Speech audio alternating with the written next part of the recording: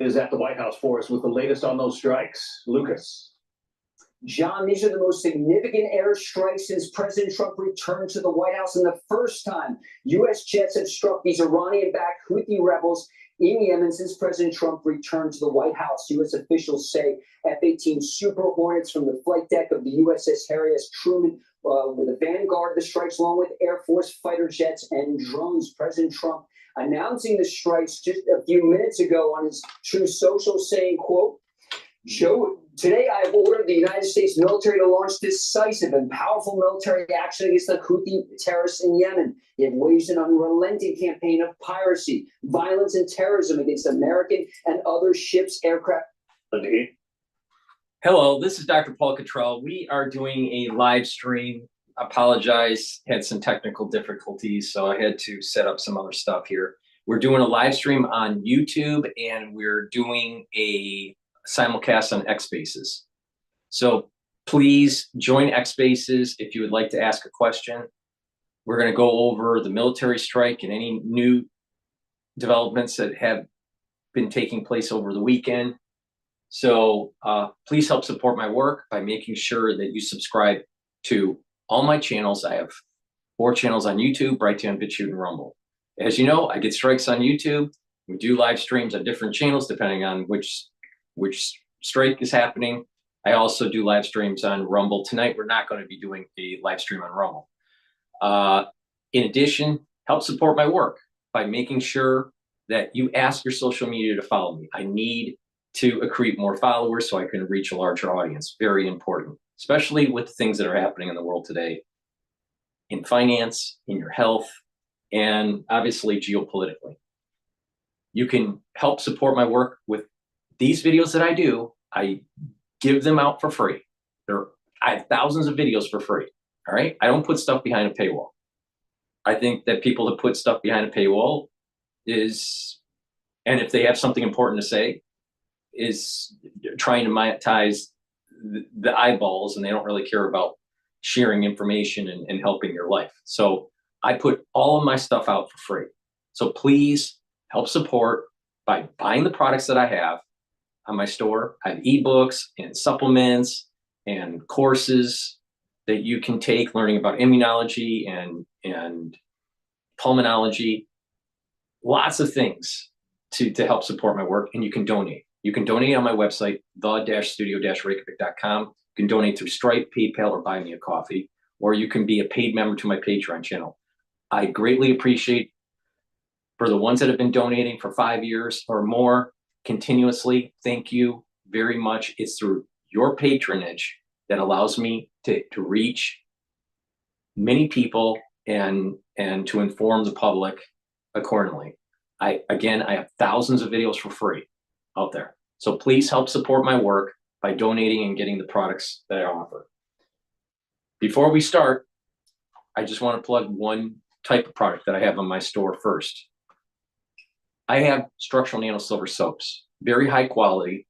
I have 2 versions in the new packaging. It's the same high quality soap that I've been selling. It's just in a different packaging. Lavender and also in pepper. Well, it's also in peppermint, but I don't have the peppermint. This is a professional show. So in peppermint and also in lavender in the new packaging, which looks pretty good. Please go to my store, get a couple bars for your household, help support my work, and help support your health and wellness. I also have in the old packaging the charcoal tea tree and the lemongrass. So get a couple bars for your household. Again, help support my work and help support your health. It's a win-win situation. So with that said, you can use discount 5 and you get $5 off any order. Get a few products. Follow the protocols that I tell you. Stack them a different way to reach your particular price point and what you want to target. There's lots that I know about with this subject matter to be able to help with improving your health. You just follow the way I stack stuff, and you're gonna move in the right direction. With that, let's start with Fox News about the United States hitting Yemen. at the White House for us with the latest on those strikes. Lucas.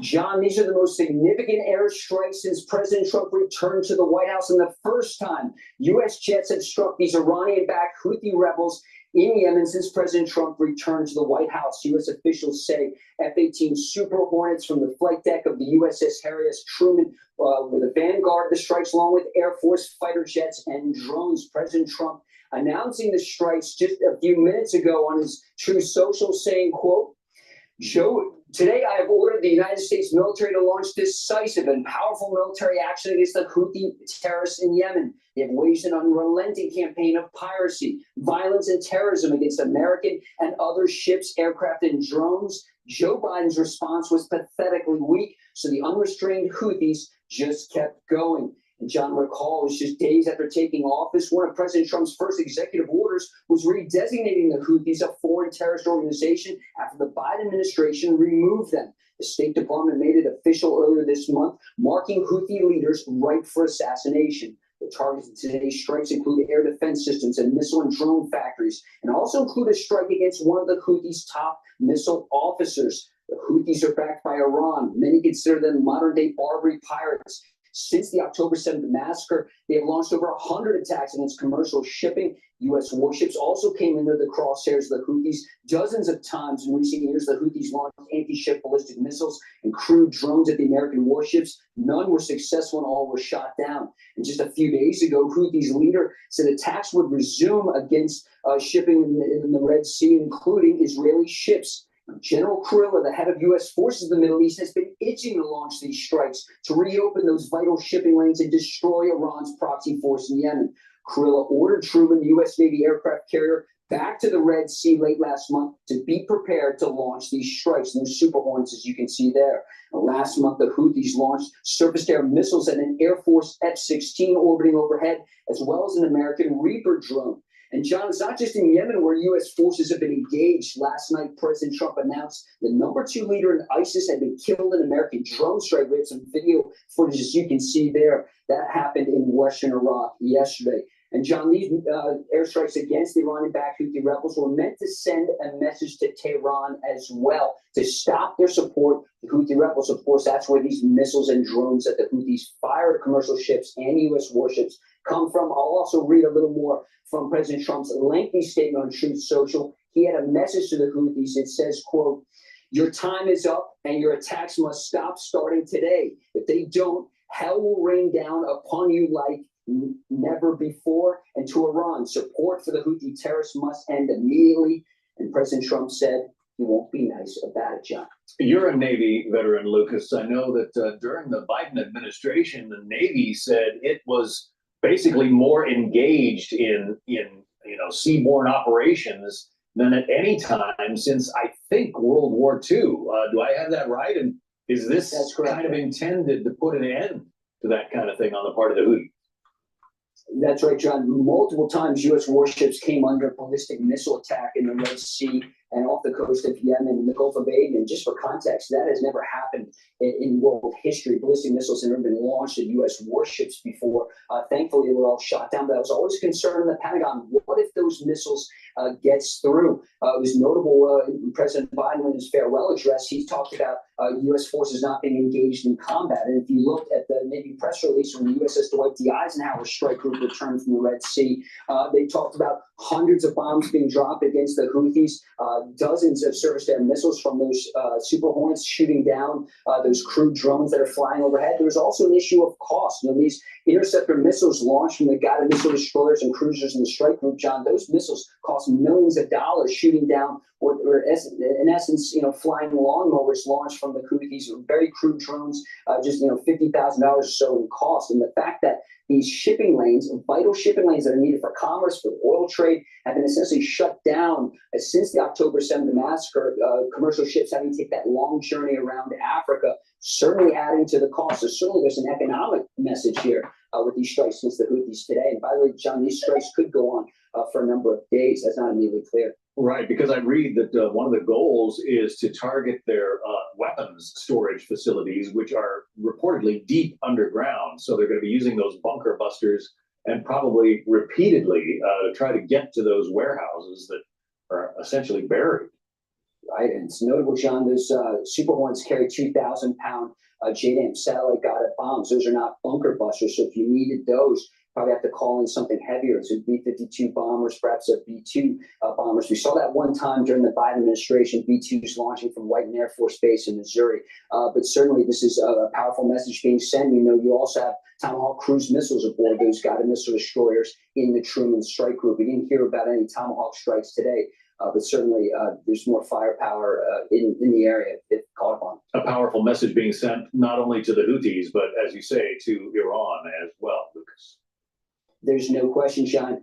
You know, President Trump recently sent a letter to the Ayatollah saying Iran needs to end its nuclear enrichment program, stop in this path toward what many in the intelligence community say is a path to a nuclear bomb. The Israelis have been itching to strike the Iranians so far. While the Trump administration has voiced its support for such an operation, President Trump has said he wants to end this diplomatically. That's why he sent that letter, but it was rejected from the Ayatollah.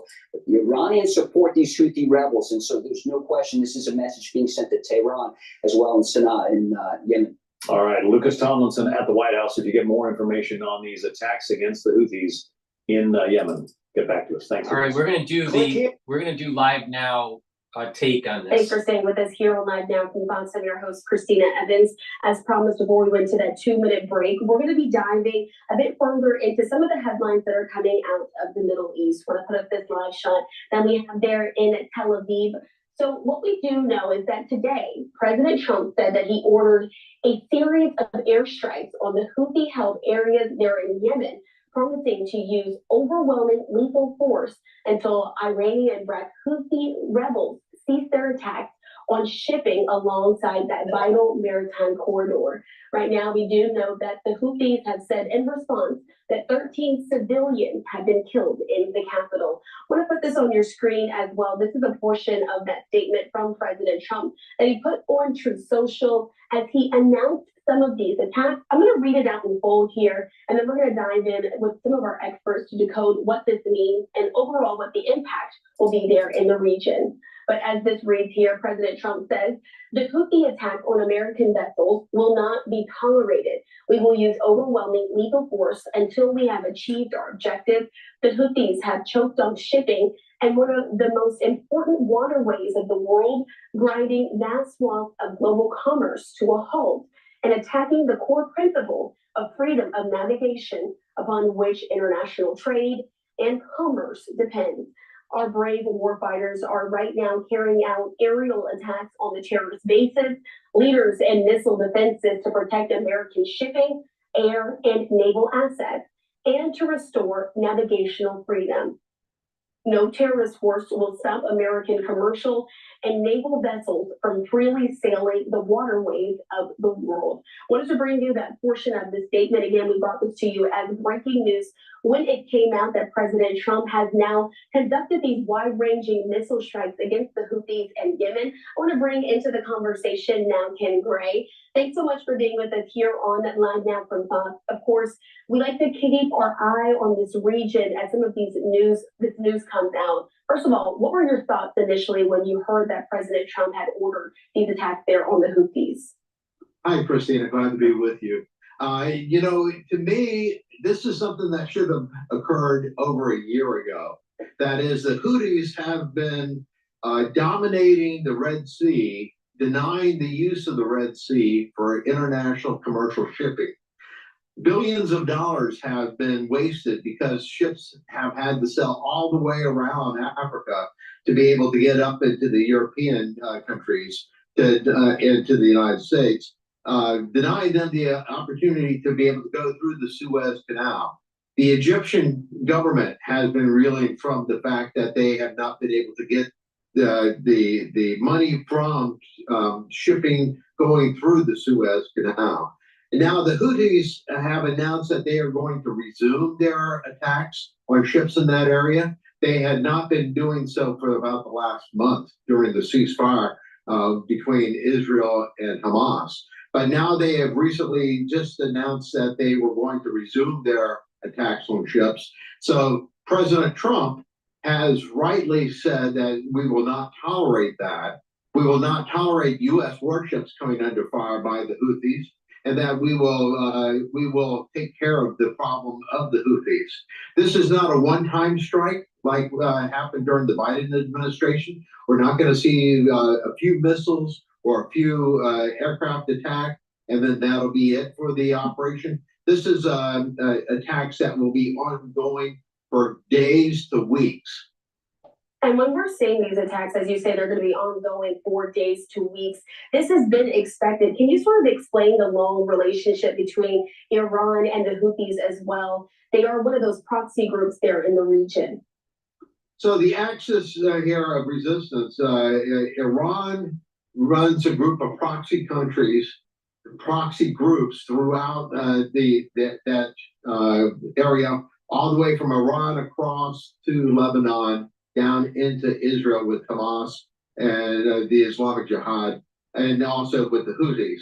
The Houthis have been punching far above their weight class in that they had wanted to get into the fight against Israel with Hamas, but because of the distance from Israel, they've only been able to do a couple of airstrikes against Israel, and none of them have been effective. However, they have been showing themselves to be very effective at launching attacks on commercial shipping going through the Red Sea and denying the Red Sea passage for commercial shipping. And so they have been harassing shipping and have been a constant source of irritation, but they are finally going to be dealt with. So far today, attacks on them have been striking at things like radar installations or launching equipment or missiles. What actually has to happen is to make the Houthi leadership pay a price to seek out and neutralize their leadership in addition to their equipment. So a lot of their equipment has been put underground, so that denies them as easy targets. But the Houthi leadership should be targeted also. And when we're thinking about the broader impact of some of these attacks, let's first talk about the economic impact. These ships, they are going through that region. It's a major thoroughfare, as President Trump said. Can you sort of talk about how that's impacting multiple countries, not just the United States, as it's a frequently used path for shipping? Yeah, all the goods that are passing from the Far East take that route through the Red Sea. So we're talking about impact on a lot of different countries' economies. Parts for cars, for instance, often had to be directed all the way around Africa, taking an additional month to get to their end use to be put into automobiles as they're being manufactured. Electronic goods coming from China has to be diverted all the way around like that, around Africa. And so this has been an impact not only on the United States, but an impact on European countries across the board and an impact on the Far East. And so the Houthis are, as I say, are punching far above their weight class. They are having a real impact to be such a small group that barely controls the country of Yemen. They have split Yemen into the Yemen government and the Houthi government. And so they have been a constant source of irritation. Saudi Arabia had been fighting with them before they ended up making peace with the Houthis. The Houthis, as I say, wanted to be involved in the attack on Israel, but their distance made that very difficult. So they did the next best thing and tried to dominate shipping going through this area. And as we're continuing on here, we do know as well that the Houthis put out a statement saying that 13 civilians had been killed in the process. Of course, this is going to continue on. And we also know that the United States says that, according to officials, that they are the only ones who participated in this attack. Do you think that others of our allies will continue to jump into this fight as well? Or do you think this will solely be a U.S. action that's taking place for the time being? I don't have a crystal ball. I can't tell you what will happen in the weeks to come. But I think that the United States has sufficient force in this area to be able to punish the Houthis enough to stop them from resuming their attacks. We've got the Harry S. Truman Carrier Strike Group there, comprised of the carrier and the aircraft on board the carrier, and it also has the destroyers, and it has a cruiser with it. Plus, there's also a cruise missile submarine there in the area, and so that alone should be sufficient force to be able to stop the Houthis from resuming their attacks in this area, and should be able to met out enough punishment to keep them from being a continued source of irritation. Overall, with this U.S. show of force there in the region, how do you think this is going to impact some of the other groups that are there in the Middle East, including Israel? Of course, they currently do have a ceasefire agreement with Hamas, no matter how fragile at this point. But do you think that this will impact some of the other conflicts there in the region? So the chief country that will be impacted by this is Iran. Iran is the puppet master pulling the strings on all the puppets. The Houthis being one of these puppets. They have been greatly damaged by the actions there in Syria, which Harakat with Hayat al Sham, HYT, overthrowing the Syrian government and denying Iran access to Hezbollah. And so this is another one of their puppets. So they don't have Hezbollah. Hamas is all but neutralized. And now they are losing the Houthis, which were constantly launching attacks on ships in the area for Iran. And now they've lost out on that group also. So Iran is the one that is actually, in addition to the Houthis, is going to be the country suffering the most from this. Again, putting up that portion of President Trump's statement as he talked about the U.S. conducting these strikes against the Houthis there in Yemen. We've been here with Ken Gray helping us to break down some of the latest headlines. Ken, before I let you go, any more thoughts that people who are listening now should be looking out for over the next few days after President Trump made this announcement? So the president said that we were going to have a continued set of operations against the Houthis. It will be interesting to see how the Houthis will react to that, whether they will continue to try to attack shipping in the area, or if they go to ground and stop. The civilian casualties are due to the fact that the Houthis are placing their weapon systems within civilian population areas. And so the human shields that are being used to try to protect their systems are the population in that area. So they, of course, will be also the ones suffering from this. But, this is long overdue. I'm surprised that it did not happen earlier, but the Biden administration was very, very reluctant to carry out any operations in this area. And they were constantly hamstringing the Israelis from taking care of Hamas. And the Houthis continue to be a problem because the Biden administration refused to do anything other than a couple of selected strikes on weapon systems. All right, once again, all right, we're going to pivot to also Live Now's coverage of Gaza. Palestinians could be ousted to Sudan and Somalia. But before we do that, just want to remind the audience we're simulcasting.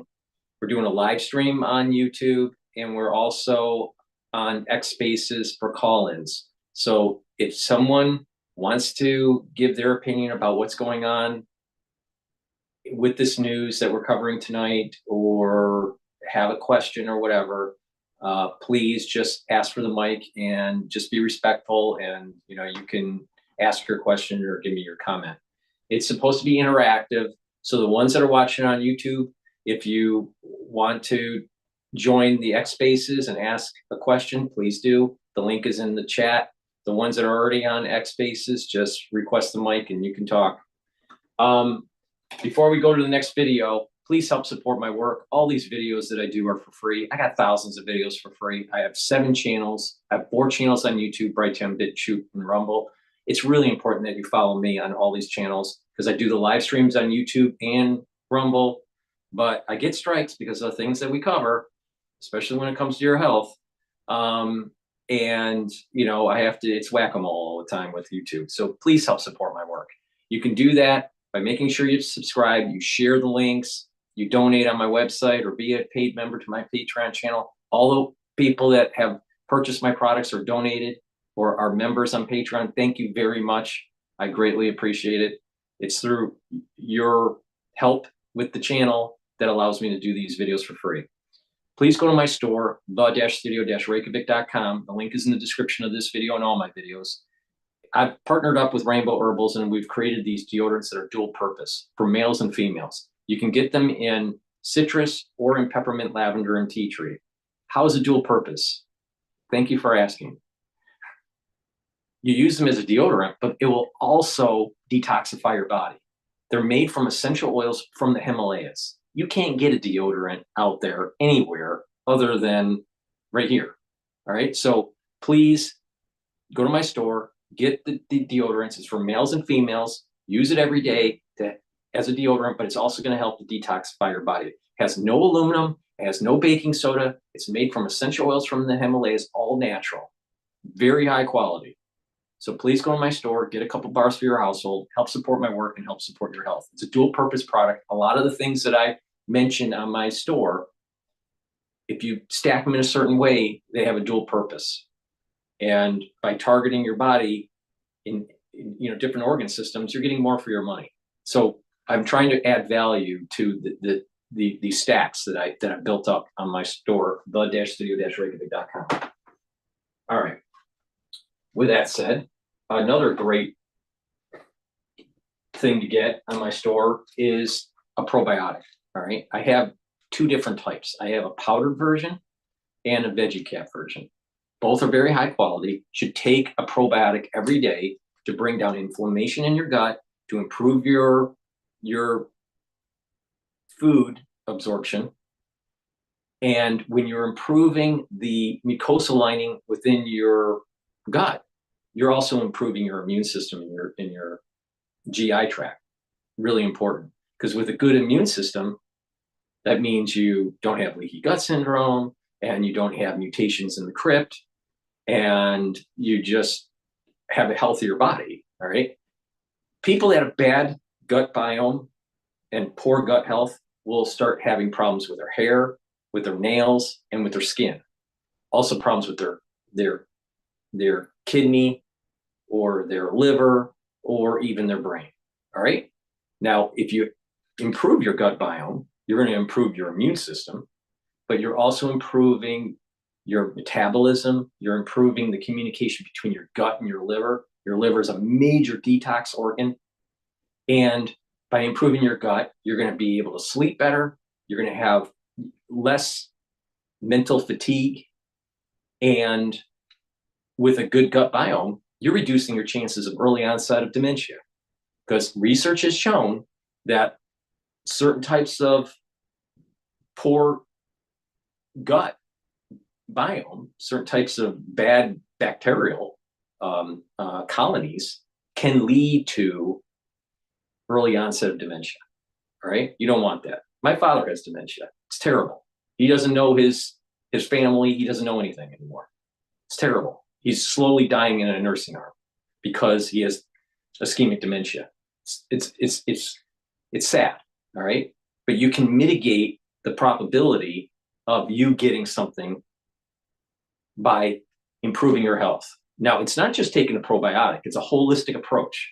It's proper diet, proper exercise. That means resistance training, cardio, stretching, and balancing. Really important to activate those neurons. All 4 of those exercises are really important. You can't just weightlift. If you're just weightlifting, doing it wrong. If you're just doing cardio, you're doing it wrong. If you're just doing balancing exercises, you're doing it wrong. If you're just stretching, you're doing it wrong. Did I make my point clear? Now,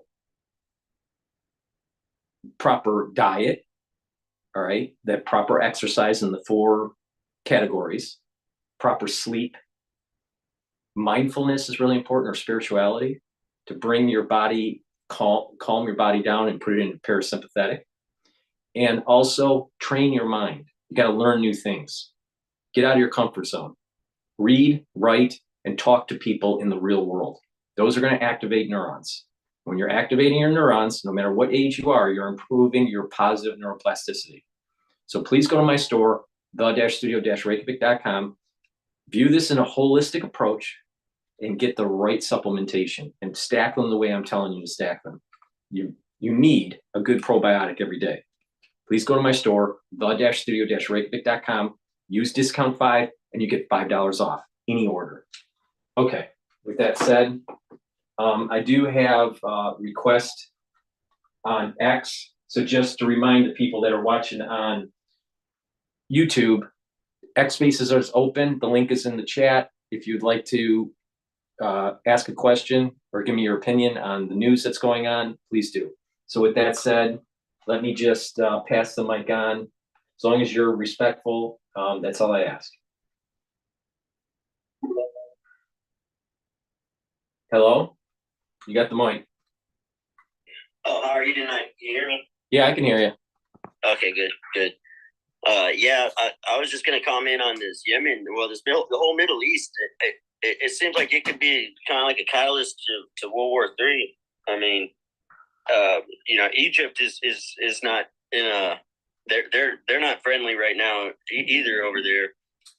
And I'm just, they were counting out Hezbollah, but Lebanon and Egypt kind of team up together right there, plus Yemen. I mean, it's not a good situation at all. And not only that, Iran. There's a lot of talk, that we're going to scare Iran. We can go right back to the 70s again and have $25, a gallon gas. I mean, real quick. Well, I definitely sort of agree with you with oil prices escalating if we strike Iran. The problem with the 70s, because I remember the 70s really well. I remember both oil embargoes, the 74 and the 78, 79 oil embargo. And the differences between the 70s and now is that the United States has much more oil production because of fracking than we had in the 70s. Fracking was non-existent. That technology was non-existent in the 70s. So the oil drilling and extraction technologies were far more primitive back in the 70s than they are now. Plus, they have new computer scanning of the find it. Yeah, they can find the wells better, and and not only that, there's horizontal drilling now. It's not just vertical drilling; it's horizontal. You can drill vertically and then shift the drill bit horizontally. So there's lots of new technologies that have come out through Schlumberger. So I don't feel that the United States, and I do think they will go to war with Iran. When they do go to war with Iran, I don't think that oil prices will escalate like anything we saw in the 70s. Plus, the difference now compared to the 70s is that the Saudis are more aligned with how we're thinking than the Saudis were back in the 70s. So that was another dynamic that's different. But I agree with the point that oil is most likely going to go up when we do the strike. Now, another thing that's different is that our ability to hit Iran, shut down their radar systems, and penetrate deep into Iran towards Tehran is much more advanced today than it was in the 70s. So I think our military prowess, if we use it, is far more advanced than anything that we had in the 70s. But I get your point that yeah, this is we're looking for. I think that not only do I think that this conflict is going to escalate, I think this conflict is going to escalate this year. I don't think it's like, just a year from now or 2 years or 5 years from now. I think we're talking months, not years. Yeah, and well, if I can add one more thing too, we also have this deal in Europe going off as well. So it's in the 70s we didn't have a war happening in Europe at the same time either. Right. Well, this is you got three different theaters going on. You have the European theater, the Middle Eastern theater, and potentially even the Asian theater with Taiwan. So this could lead to a major escalation. Now the question is, will President Xi take advantage of the situation and attack Taiwan, thinking the United States is bogged down in the Middle East? Who knows? I mean, I don't think we have enough. I personally don't think we have enough aircraft strike groups to do a two-front, two-theater war.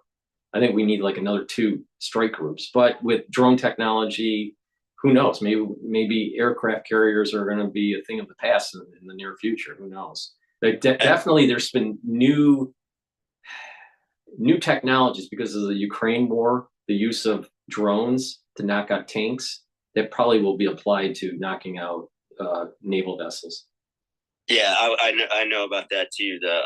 Because they can kind of overwhelm the defenses right now. Right. Yeah, it's a very bad situation.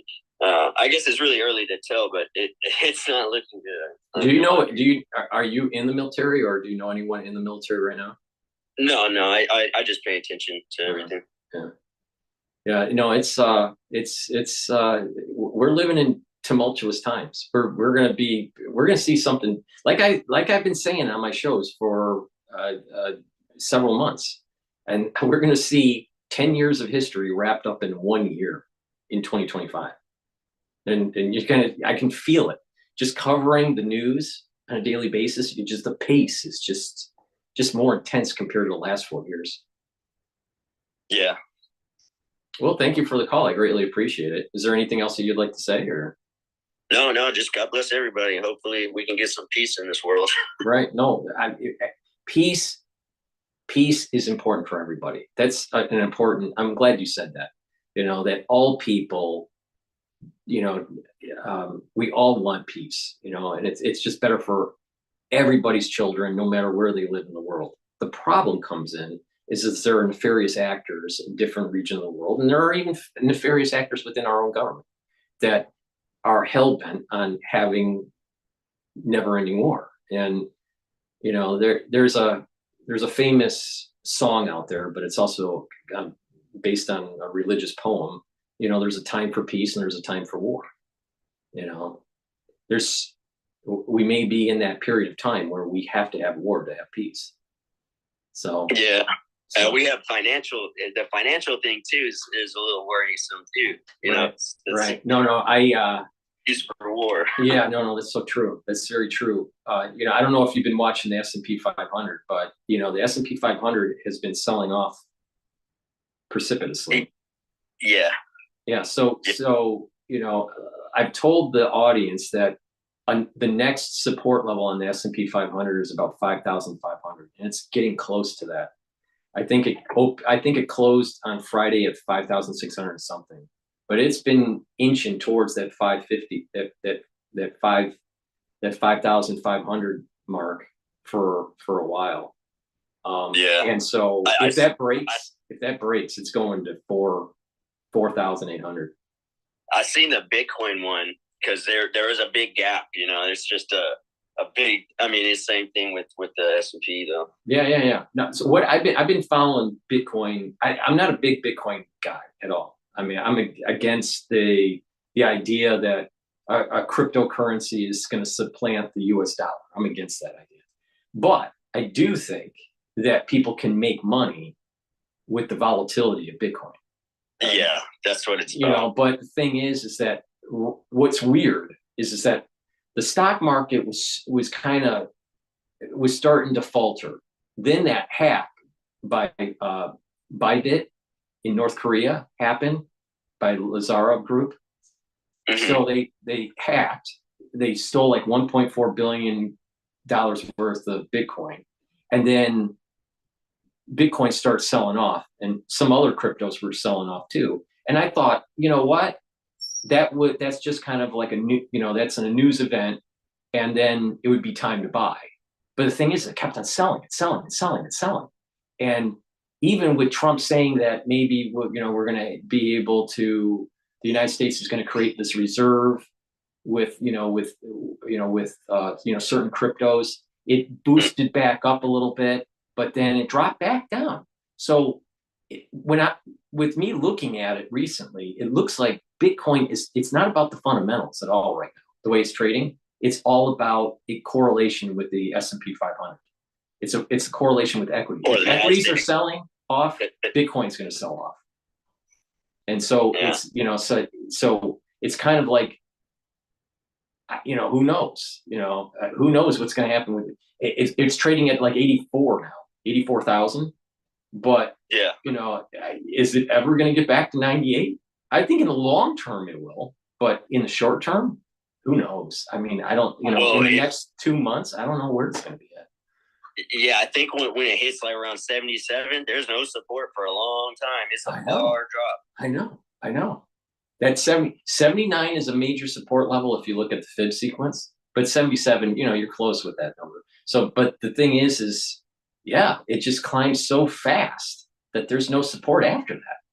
But it would, if it drops like to 50, so let's say people were getting in at 100,000 and it drops to 50 and they lost 50% of their investment, I think that may permanently scar people that were late investors to the game, and they may never go back in. Usually if you invest in a stock and you lose 50%, you will never touch that stock again. So, I mean, that's just the behavior of people. If you burn yourself, with a fire, you're going to learn, right? You're not going to try that again. So there's a psychological behavior that if it breaks that 77 mark or 79 mark, you may have a whole class of investors that never will touch Bitcoin again. Yeah, not to mention gold. Gold seems like it might do something. Yeah, I don't. I'm not. I haven't been really watching the gold futures that closely, so I don't really know if it's going. See, the thing is that if the stock market keeps on going down and breaks that 5,500 support level, then you're talking people are going to get laid off, and the Federal Reserve is going to have to cut rates. And that hot money is going to come in, and then institutional investors are going to start to buy the equity. So around 550, around the 5,500 mark is like the time to buy. I mean, this is like we're Warren Buffett right now. All cash.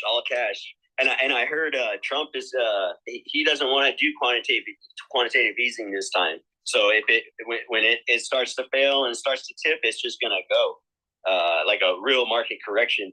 But that's what I heard. I don't know if it's so true. Well, we're near market correction right now. Usually the term market correction is like around 10%. So we're almost there. But if we break that, we're talking recession. Mm-hmm. We're talking recession, and it's going to take potentially a year to heal. Because usually recessions like this could last 9 months. And I'm not so sure, how many people I don't think it'll be a Lehman kind of thing. I think we'll never see a Lehman event in our lifetime again. But we may see I don't know how old you are, but this may be kind of like the recession that we were seeing in 91, 92. Well, they say the amount of banks that closed down, the money, that just from this last one, when what was that California bank? They said that was more SVB. But that was more banks than when the great financial crisis happened. Yeah, I don't know how much contagion within the banking system if you start seeing small banks failing. How that will really affect the overall market in the United States or the global market. I suspect that the global banks are weaker than the United States Big Five. So, but who knows? I mean, I just feel as though I think our economy is teetering to the point of a recession. That's the feel I get. And these tariffs are probably going to shut down some plants in the United States. because they're going to not have parts. So Yeah.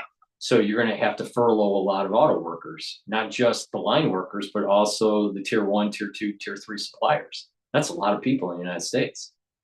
And so we probably will, you know, tippy toe into a recession because I think of there's kind of a workaround around that though, like because you noticed we were getting a lot of like Asian, like Honda and stuff like that. So you know, they don't have to worry about tariffs, so they can buy anything and have it shipped here. You know, same thing like how Nissan, they changed it to a Datsun. You remember? Right. Well, I mean, even Nissan is having problems. They're having financial problems, and they are trying to get bought out by Honda. So I'm not even sure. It's possible that we may actually see the ending of Nissan. Yeah. Just like we saw the ending of Saturn and Pontiac within GM when GM had a restructure. So I'm not so sure. You know, what's really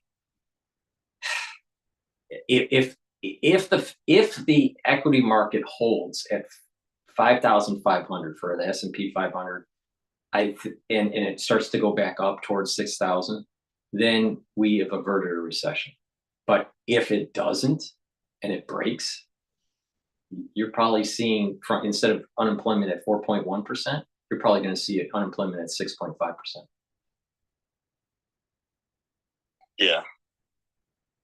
So that's my take on it. But thank you. I appreciate the call and you know, sharing your perspective on this. This is the whole point of the show, is to get people's take on you know, what's going on in the world and what's going on in our economy.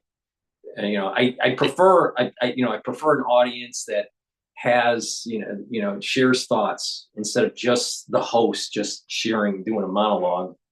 You know, I think it just makes the show a better show. But thank you. Yeah, thank you for letting me get my words out. Yeah, well, appreciate it. Thank you very much. I'm going to go back to the videos now. Thank you. Yep.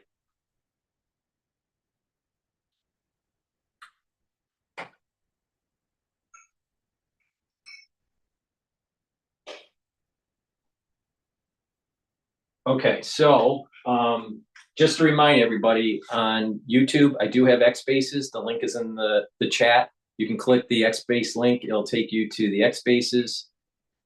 And you just ask for the mic, and you can tell me your opinion, just like what we just went through. With that, let me just plug a product here, because these videos are for free, and I need your help. So please go to my store, the-studio-reykjavik.com. Get the great products that I have, stack them the way I'm stacking them to improve your health and wellness. All right. I've been doing this kind of thing since I was 16 years old, you know, with strong antioxidants and, you know, working out all the time. And I've learned a lot. All right. Plus what I've learned with my medical, you know, studies and training. So just take my advice. All right. And you want to talk to people and listen to people that are actually doing it than just theoretical, right? So, I mean, I've been doing this anti-aging process for a long time. Like I said, since I was 16 years old. Now, the reason why people would say, why would you have been doing this anti-aging stuff? You know, well, heart disease runs in my mother's family. And I saw a lot of people die at a young age because of heart attacks. My uncle died at age 36 from a heart attack. My other uncle died from a heart attack on a racquetball court at age 46. His best friend was a cardiologist at U of M, and died in front of them because they were playing racquetball together. True story. All right. My mother had multiple heart attacks. Her first one was age 40. You know, I just have seen a lot of people that passed away from heart attacks. All right. My brother died from a heart attack at age 36.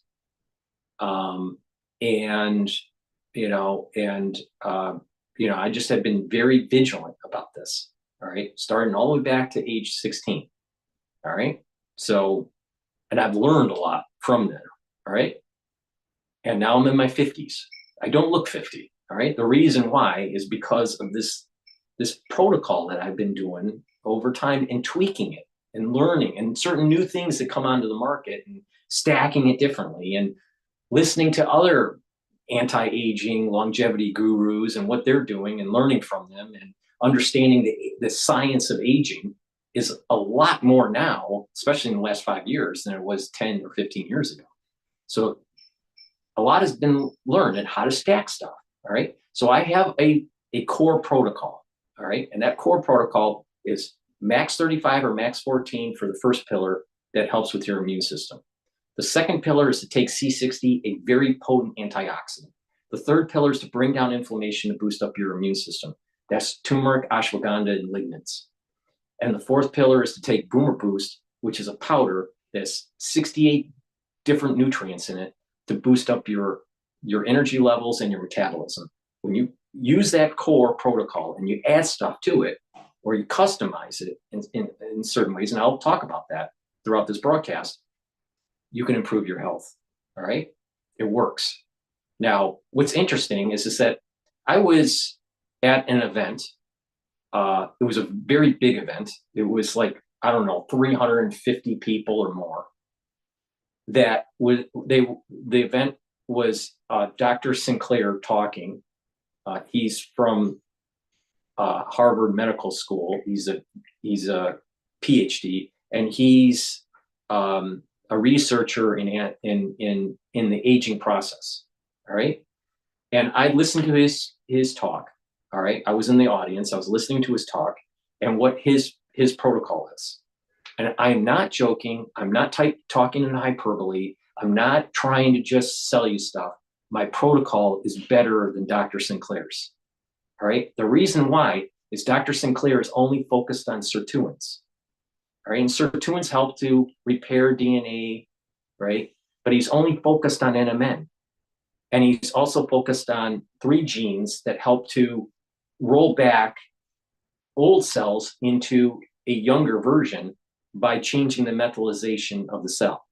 And those genes are the OSK genes. Okay. But to reverse the OSK genes, you have to transfect yourself with a virus. So you can't do this, you know. So the whole point here is that if you listen to my protocol, it is the most. I'm totally upfront with this. My protocol is the most comprehensive than anybody out there because it's targeting multiple pathways to slow down the aging process. Now, Dr. Sinclair is very famous, very well known, and has a lot of money now. All right. And he's got a big lab. But he didn't go to medical school. He got a Ph.D. All right. And there's nothing wrong with I have a Ph.D. There's nothing wrong with that. But I also went to medical school. I know how the human body works. Dr. Sinclair doesn't. He doesn't think like a clinician. He thinks like a Ph.D. that's very narrow-minded. And to solve this aging problem, you have to attack it with multiple vectors.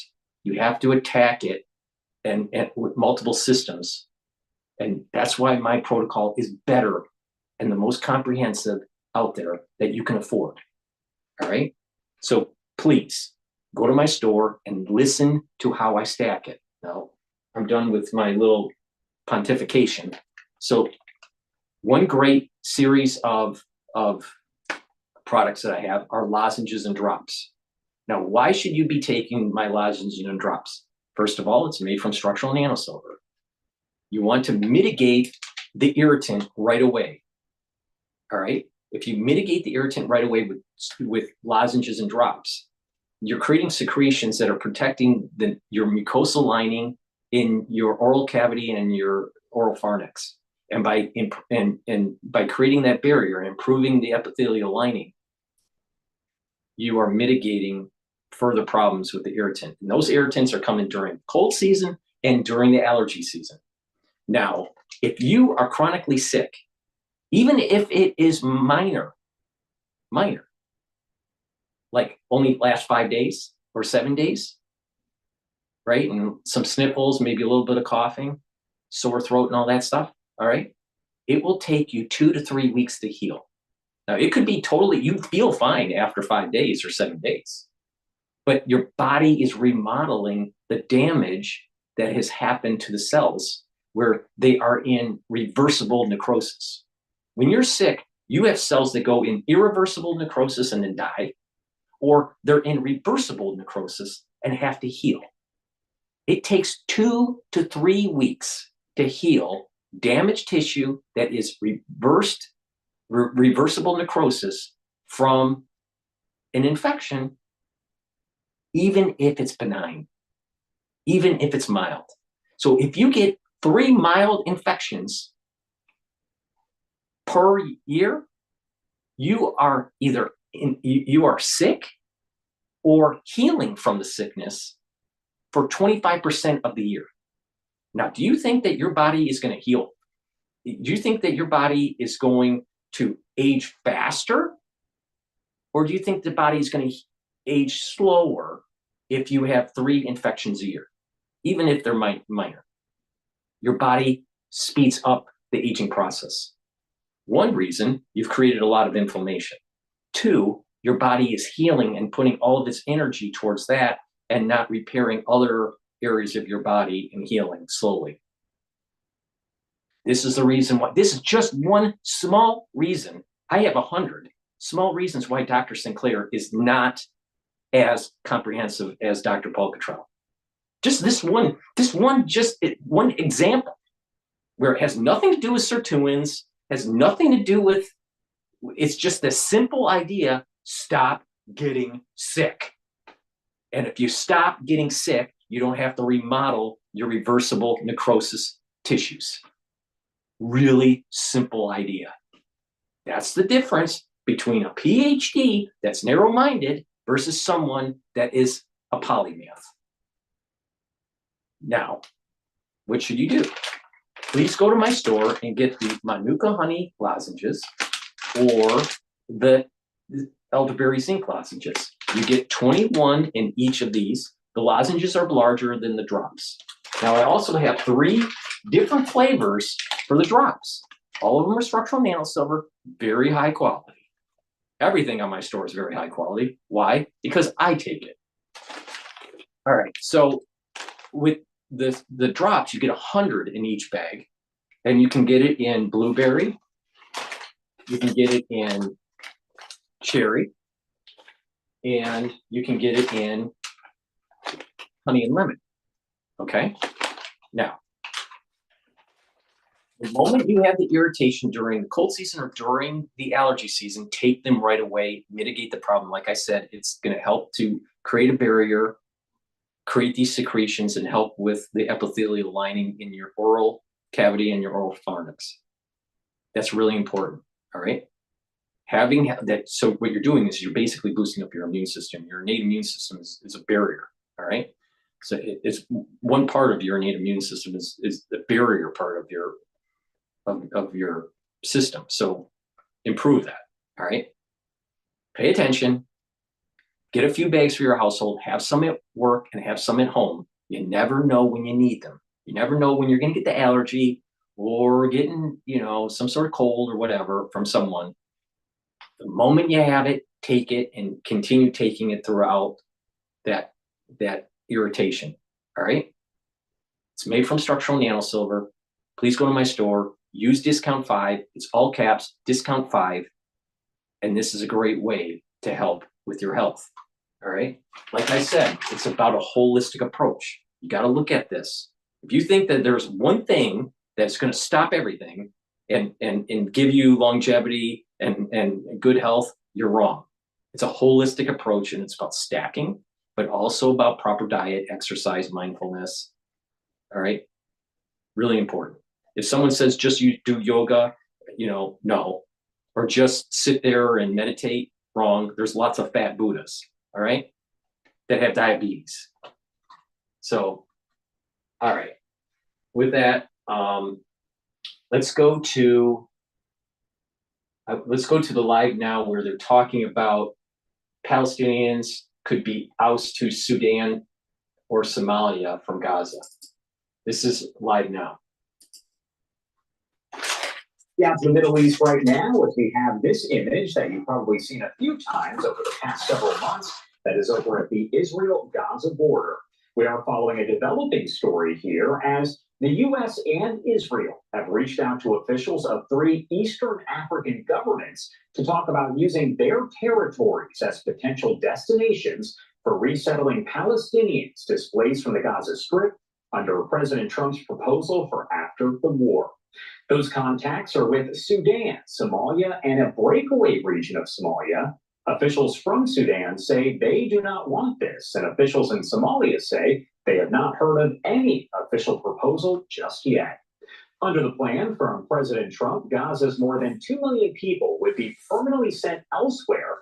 He's proposed the U.S. would take ownership of the territory, oversee the lengthy cleanup process, and develop Gaza as a real estate project.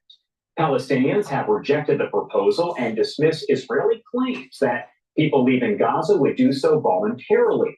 Arab nations have expressed opposition as well and offered an alternative reconstruction plan that would leave the Palestinians where they are. U.S. and Israeli officials have now officially confirmed to the Associated Press that they have made contact with Sudan and Somalia. Still, a lot of unknowns and a lot to talk about, so I do want to bring in Hussein Abdul Hussein, research fellow at the Foundation for Defense of Democracies. Thank you so much for taking the time to be here with us today. Thanks for having me on. Of course. Well, first off, I just want to get your overall expertise, your thoughts here about that plan, the contact made with Sudan and Somalia. Well, I think these countries need the money, and if they're rewarded handsomely, they would agree to such a thing. But the question here is that, will the Gazans want to move to countries like Sudan at the time the Sudanese themselves are fleeing their own country? So, I mean, I think what the world should do right now is offer Gazans the opportunity to leave, or not leave, but at least, open the door for them. They've been sitting in this strip with the Egyptian border closed for some time. So just to offer these Palestinians opportunities to travel. Many of them have families all over the planet. Some of them can go, some of them would need some assistance. But if we need, at this point, just, open the door for the willing to leave, and then after that, whoever remains, we can think of how to deal with the remaining population. I think that would be much better than talking to governments who are not reliable in the first place, such as Sudan or Somalia. We've talked about President Trump's proposal overall for what happens after the war is over to Gaza. My question for you is, who has the final say about what does happen to Gaza after the war? Is that even clear? Well, it's not clear. I think each party is claiming that they have authority. First and foremost, of course, Hamas. They think that they will be coming back to rule the Strip. And after Hamas, of course, the corrupt Palestinian Authority, that they think that the world should beat Hamas for them and hand the Strip over to them. We've also seen the what was called the Egyptian plan, or the air plan that was endorsed at the Emergency Air Summit in Cairo on March 4. I think that plan was a big disappointment. Many of us had high hopes pinned on the plan, and it ended up technically saying nothing. I think the Arab League can act responsible on this. They have enough legitimacy to ask Palestinians to do what would be in the Palestinian best interest. Unfortunately, they haven't done it on March 4. We've heard from a spokesperson for the Mosque Terror Group. They released a statement to the Associated Press and said that they will release the last living American hostage after speaking with President Trump and his administration there, as well as the bodies of 4 other hostages who have not survived after being in captivity for more than 500 days. Is that a legitimate situation there, or should we expect something else from that? Could that actually happen? Well, first of all, I think all of us welcome any release of the hostages with Hamas, whether they're alive or just dead bodies. I think no one would say no to that. However, I have to add that it's not in our interest for Hamas to talk to us as Americans on one side and to the Israelis on the other side. There should be no daylight between the two of us. Hamas shouldn't think that they can be able to peel the United States away from Israel and then deal with the Israeli hostages alone. So I'm just thinking, well, it's great to see whoever released. We need to reassert to Hamas that this doesn't mean that Hamas has now bought favor or bought off the United States and made it sit on the side and leave Israel on its own. I think we have to reiterate to Hamas that even after we get these dead bodies and hopefully whoever is still alive, even after that, we will still support Israel until the last Israeli hostage, Hamas releases. I have to ask, as we take this live look over the Israel-Gaza border here, Hebrew media is reporting that Prime Minister Netanyahu and the Strategic Affairs Minister Ron Dermer ran a, quote, crazy campaign to prevent the deal between the U.S. and Hamas regarding the release of the American hostages, both living and dead. If true, and this goes to what you were just talking about, would that potentially strain the relationship between the U.S. and Israel? I hope not. And like I'm saying, it might sound as if they were trying to obstruct the release. I don't think that was their case. If this really happened, I think that they're thinking, like I was saying, we should stay on the same team. We shouldn't make or draw any differences between the dual nationals, Israeli Americans, and the non-dual nationals, Israelis without any other passport. So this shouldn't be the case. Now, I'm happy if the dual nationals are out, but this shouldn't become the rule for Hamas to benefit from. We should reiterate our position that we're still pushing for everybody to get out. We heard from Iran's president and supreme leader after President Trump had reached out and pretty much said the talks over a nuclear deal and that really situation in general needed to happen, or there would be U.S. military intervention. So I want to ask kind of your take on this. What would military intervention be like in Iran? And would that happen? Would the U.S. actually send troops onto the ground in Iran? I don't think military intervention would need any boots on the ground. I think what we're talking about here is reversing the concession that the world gave Iran under President Obama. And this concession is the Iranians call it the Iranian right to enriching uranium. This is not a right given to nations. Only a handful of nations in the world do enrich uranium. The Iranians shouldn't have been granted this concession. And I think it's about time that we make clear to the Iranians that they cannot enrich uranium on their territory. They cannot be trusted with doing so because most of the reports indicate that they're trying to dash towards producing a nuclear bomb.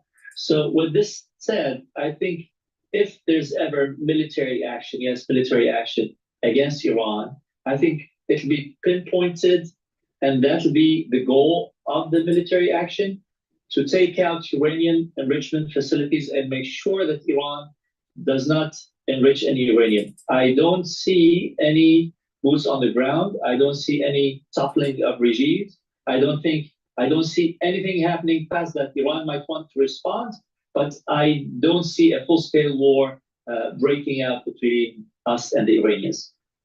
All right, Hussein Abdul Hussein, thank you so much for taking the time, as always, to join us here. Anything else you want to add before I let you go? Not really. Have a nice weekend, Josh. All right. Okay, before we go to the next video, I probably will do, I think I'm going to do a, maybe a Fox News video here. But please go to my store, the-studio-reykjavik.com. Get the great stacks that I talk about. Another great stack here is, I'm going to show you, is a 3 combo here. Digestive enzyme complex is really important to take, especially if you're an athlete or if you're 40 years old, all right, or older, all right? The reason why is that we have to pay attention to the health of our pancreas. As we get older, no matter how healthy you are, your pancreas does not function as well as it used to be when you were younger, okay? And when you are an athlete, you are overusing your pancreas, all right? Especially when you're, fueling for your workouts and your athletics, because you're burning a lot of calories, all right? So you want to take a supplement that helps to reduce the load on your pancreas. And digestive enzyme complex does that. It helps to break up carbohydrates, proteins, and lipids, reduce the load on the pancreas. So it'll help you to digest your foods and you'll have better absorption. That means you'll have more energy. And that means that you will have just overall better gut health too. Because if you have undigested food, it's going to cause irritation. You don't want that, all right? So take digestive enzyme complex. This also has bromelain in it, so it'll break up clots because bromelain is fibrinolytic, and because of the proteases that are in here, you're breaking up glycoproteins. That was really important, especially in 2020. So please get the digestive enzyme complex. If you're an athlete, take this, and it'll help you to break up your pre or post fueling for your workout or for your sport that you're in. All right. But it's very important, especially if you're 40 years of age or older, to take this every day. Bad pancreas is bad, really bad. All right. So you want to reduce the load on your pancreas. So please go to my store, get the digestive enzyme complex, and it'll help with your digestion. Now, to boost up your immune system with the stack is to take the magnesium and zinc. Take it every day. If you're not feeling well, take a double dose. Take 1 dose in the morning, take 1 dose in the evening. And then once you start feeling better, then go back to your maintenance dose, daily maintenance dose of just once a day. But magnesium and zinc, and also vitamin C and magnesium, is important to take every day. Drink filtered water. It's water soluble. So please go to my store, get the magnesium and zinc, and taking a really important multivitamin that's easy to digest. All right. This multivitamin is easy to digest. There are a lot of people out there that have problems with digestion. So guess what? Take this. It'll reduce that irritation when you're taking a vitamin. Now, multivitamins and minerals are really important for your cells because they are cofactors for enzymatic activity. So certain vitamins and minerals will attach to enzymes and change the conformation of that enzyme, and the enzyme will perform better in the cell. So you're improving your cellular processes, meaning that your cells will function better. All right. That's why it's so important to take this multivitamin. Everybody should be taking a multivitamin. Everybody should be taking a probiotic, just baseline. That's really important for everybody. All right. But a great stack to help with your immune system, to help with your cellular processes, and to help with your digestion, and to break up carbohydrates, lipids, and proteins, is to take the digestive enzyme complex, take the multivitamin, and take the magnesium and zinc. This is a great stack right here, all right, to get on your journey for proper health, right? Go to my store, the-studio-reykjavik.com, use discount 5. I want these products in your hand. Why? They're extremely high quality. But not only that, these are products that I take every day. Now, I take a lot of stuff, all right? I know some people do take everything I take, all right? But many people can't afford it. I understand that. So I've created different stacks telling you how that you can to plug into getting healthy, all right? So these are products that I take, all right? And guess what? I'm older than Alex Jones. And guess what? Alex Jones looks a lot older than DrPaulCottrell. Now, we were talking about Dr. Sinclair. Now, Dr. Sinclair, that I saw at that book event that he did, he dyes his hair, all right? I don't dye my hair. Please go to my store, the-studio-reykjavik.com. Now, he's a longevity guru from the Harvard Medical School, and he dyes his hair. Can you really trust a person that dyes their hair and they're saying they're a longevity guru about sirtuins? The answer is no, all right? So please go to my store, the-studio-reykjavik.com. Get the multivitamin, get the digestive enzyme, and get the magnesium zinc. It's a great stack. I also have anti-aging boxes and longevity boxes at different price points, stacking different things to get people healthy. So get on this journey. I want you healthy in 2025. I wish I knew and had available all this stacking and medical knowledge before my brother died. All right. So if you take my advice, you're going to get healthier. And it's a compounding effect. Once you have more energy, you're going to be moving around. You're going to enjoy your life more. And guess what? You just have more vitality. So please go to my store, the-studio-reykjavik.com. It's the-studio-reykjavik.com. Link is in the description of this video. Use discount 5, all caps, number 5, discount 5, you can get $5 off. Stack it like I said. Right? I give you 1,000 different ways to stack this stuff. All right, now, with that, I want to take a look at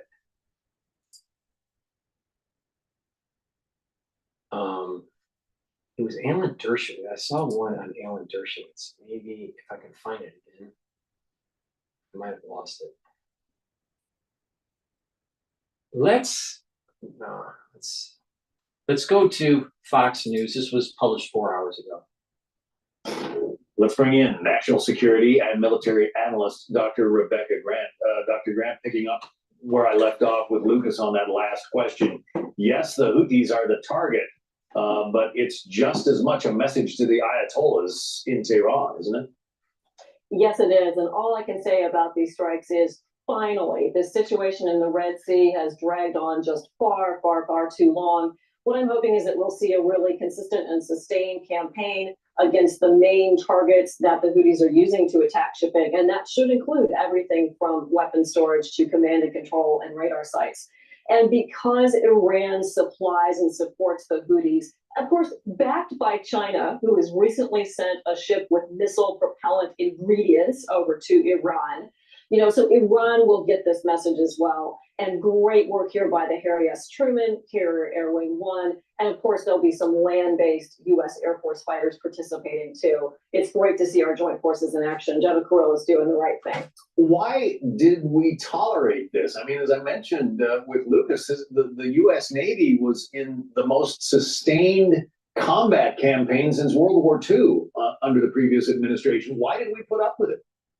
That's right. They played zone defense and did a tremendous job knocking down drones, missiles, taking out unmanned surface vessels. And John, we used a rotation at the end, 5 different aircraft carriers, starting with the Gerald Ford right after the October 7th attacks, and coming up now to the Harry S. Truman. We've had an aircraft carrier in that region consistently since then.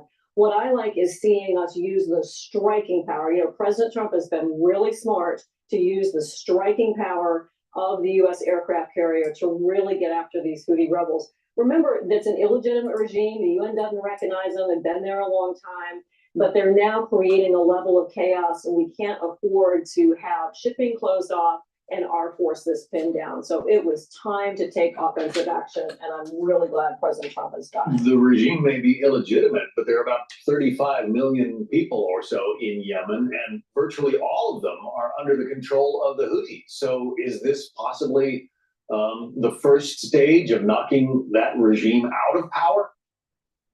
Interesting question. I don't know if regime change is the goal here. I think we really want to see them take out military capability. That will be the primary job. I would not be surprised to see these strikes go on for a little bit. And then again, this has really got to send that message to Iran to stop supplying. We want to take out the weapon storage areas, the radar sites. And Iran has a ship there that they use to help the Houthis target maritime traffic. We need to end all of that. And so I hope the Ayatollah is really going to reconsider his military support down there, and that we use our U.S. military forces in a way that makes a very strong statement that we're done. We're done with these attacks against international shipping. This cannot go on, no matter how much Yemeni Houthi military capability we have to blow up. Yeah, the Houthis are already saying that 9 civilians have been killed in these attacks, 9 injured. That according to the health ministry that the Houthis run. In a situation like this, you probably cannot avoid civilian casualties, but given the level of bombardment that is apparently underway, I'm surprised if that number is real, and we don't absolutely have a way to verify that, but I'm surprised there aren't more. Avoiding civilian casualties is a big requirement. This is part of the reason for striking at night. And remember, every target selected goes through a collateral damage evaluation, particularly if it's a building that's close in among some civilian facilities. But the vast majority of these things are straight up legitimate military targets, active radar sites, active missile launch sites, et cetera. And I know that our planners in Central Command are being extremely careful to target military targets. That's what they want to hit. They don't want to waste ordnance either. We don't want to see collateral damage. They want to get after their target objectives and get that task done. President Trump liked to point to the fact that during his first term, there were no wars launched. But is this tantamount to launching a war against the Houthis? Reminds me more of President Trump's first term campaign against ISIS, when in a pretty short amount of time, he wiped out the rest of that caliphate. I think it would be great for the Houthis to meet the same fate of being militarily taken apart as a viable military operation. They're doing absolutely no good. They are terrorists, they are pirates, they are affecting world shipping, and they've launched strikes against Israel. And what a mistake they made to pop back up, trying to influence events in Gaza yet again. Now they're going to feel the full weight of U.S. military power with the aircraft carriers, our fighters. B-2 bomber wouldn't surprise me as well. And that's due to President Trump. You know, the new sheriff in town, we are doing a new policy, and this is it for the Houthis. I kind of wonder if they're the equivalent of the last man standing. I mean, Iran has its proxy armies, Hezbollah and Hamas. Those have been decimated by the Israelis. Now they've got the Houthis are sort of the last big force left, aren't they? And you know, is Iran about to see a triumvirate of defeats, I guess, among its proxy forces? An excellent point. And as much as Hamas and Hezbollah have been decimated, I'd like to see the Houthi armament capability go down. Yes, I think we are looking at getting after one of the last big operational legs of Iran's terror mechanism. They really support so many terrorists around the world, always, of course, backed up by China, who buys 90% of Iran's oil and keeps Iran financially in the game. Dr. Rebecca Grant, thank you for your expertise. We'll talk to you again. Click here to subscribe. Please go to my store, the-studio-reykjavik.com, and get the Max 14 or the Max 35. This is the first pillar of that 4-pillar protocol that I have. By taking Max 14 or Max 35, you're helping boost up your immune system. Really important. The second pillar is to take C60, soaks up those free radicals. The third pillar, take turmeric, ashwagandha, and lignans to reduce inflammation, and Boomer Boost to boost up your energy levels and your metabolism. Please go to my store, take the Max 14 or the Max 35, take a teaspoon a day, gargle, swish it in your mouth, 30 seconds or so, and then swallow. All right? Do that every day. If you're not feeling well, take a tablespoon or 2 a day. Do the same thing. Please go to my store, get the Max 14, Max 35. This is very important. I take this every day as part of this 4-pillar protocol. So please follow my advice, follow my lead, and you'll do okay. All right. Now, another great supplement that you should be taking, all right, now is omega-3. Omega-3 helps with your cardiovascular health. It brings down LDL levels and raises your HDL levels. So you're improving your total cholesterol. It also helps with systemic inflammation. It's going to calm down that systemic inflammation. So when you are reducing inflammation and you're helping your total cholesterol profile, you're reducing the chances of plaque buildup. Really important. People don't realize it is in your early life, like around 16 in the United States, around 16 years old, when you start cardiovascular problems. What happens is there's inflammation that starts to build up, and then you get what is called a yellow streak. And the yellow streak is the early plaque formation that's taking place. And once you transition into your 30s or 40s, depending on your lifestyle, you are having a buildup of this plaque, and you are now reducing the flow in certain areas of your blood vessels, especially in the carotid. So it's really important. It's about diet, exercise, supplementation, and bringing down that inflammation. Now, the cascade to build up plaque is, it starts with inflammation. Having an increased level of your LDL that's oxidized, so increased LDL, also increased free radicals that causes the oxidation of the LDL.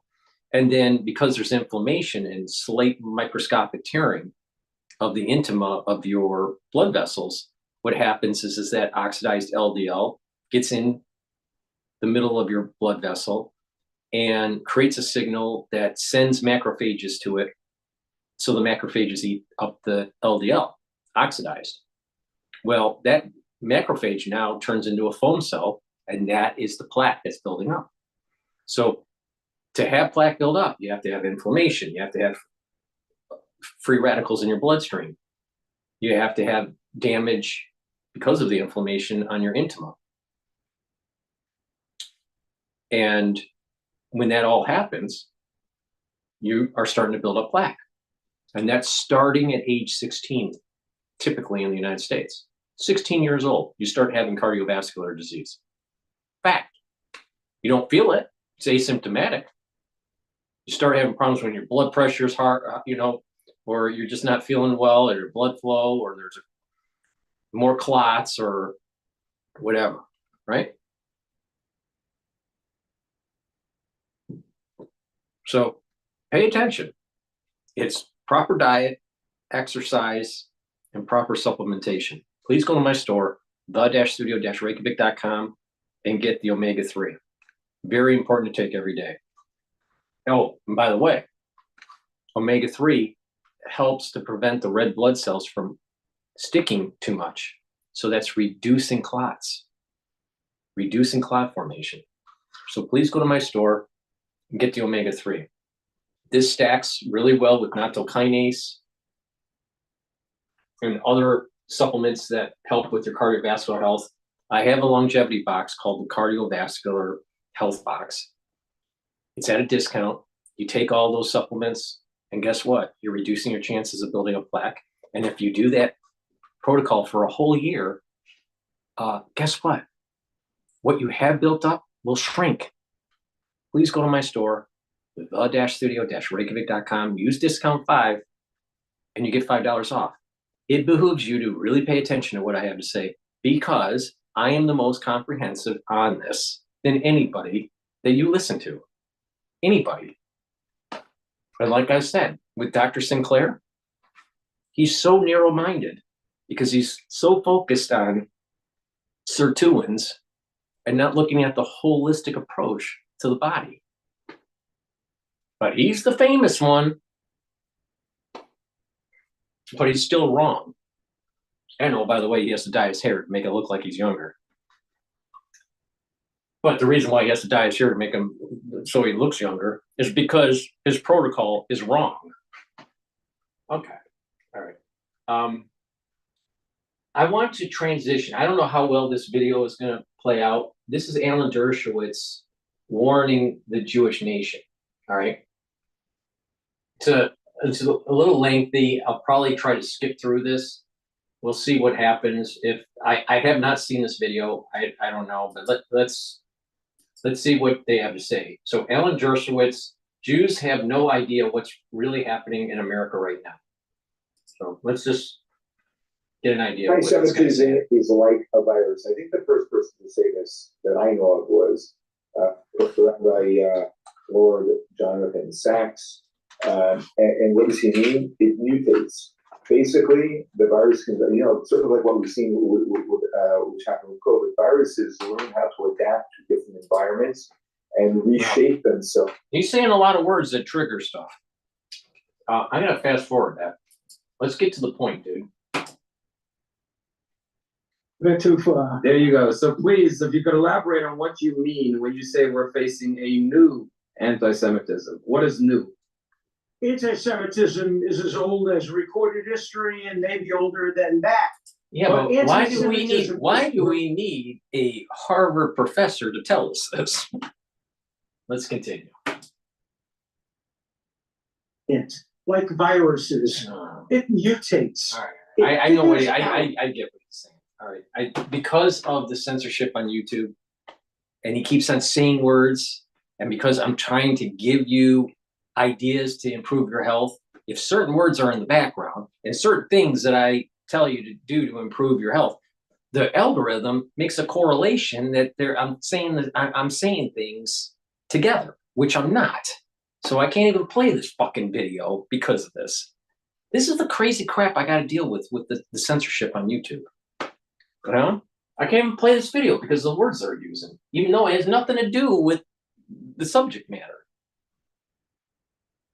We're not living in a free country. Wake up. All right.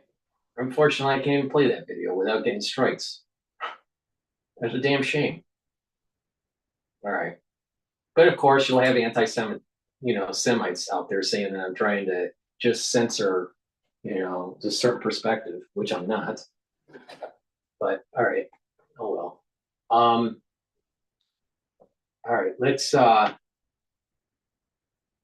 wanted to take a look at.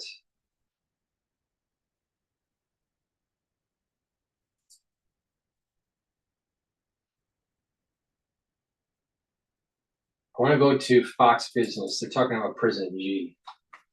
Welcome back. President Trump signing an executive memorandum which limits China's access to U.S. markets as part of his America First investment policy.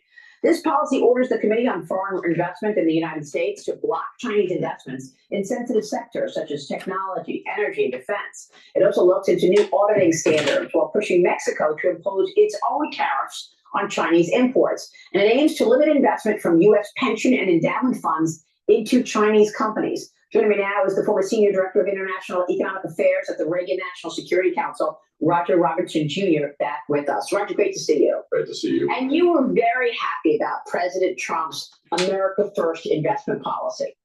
I certainly was. I mean, the word of the hour in this country is clarity. And the president certainly brought clarity to how he feels about U.S. investors via our capital markets and private equity funds funneling money into Chinese military industrial companies. I mean, he couldn't have been starker and clearer.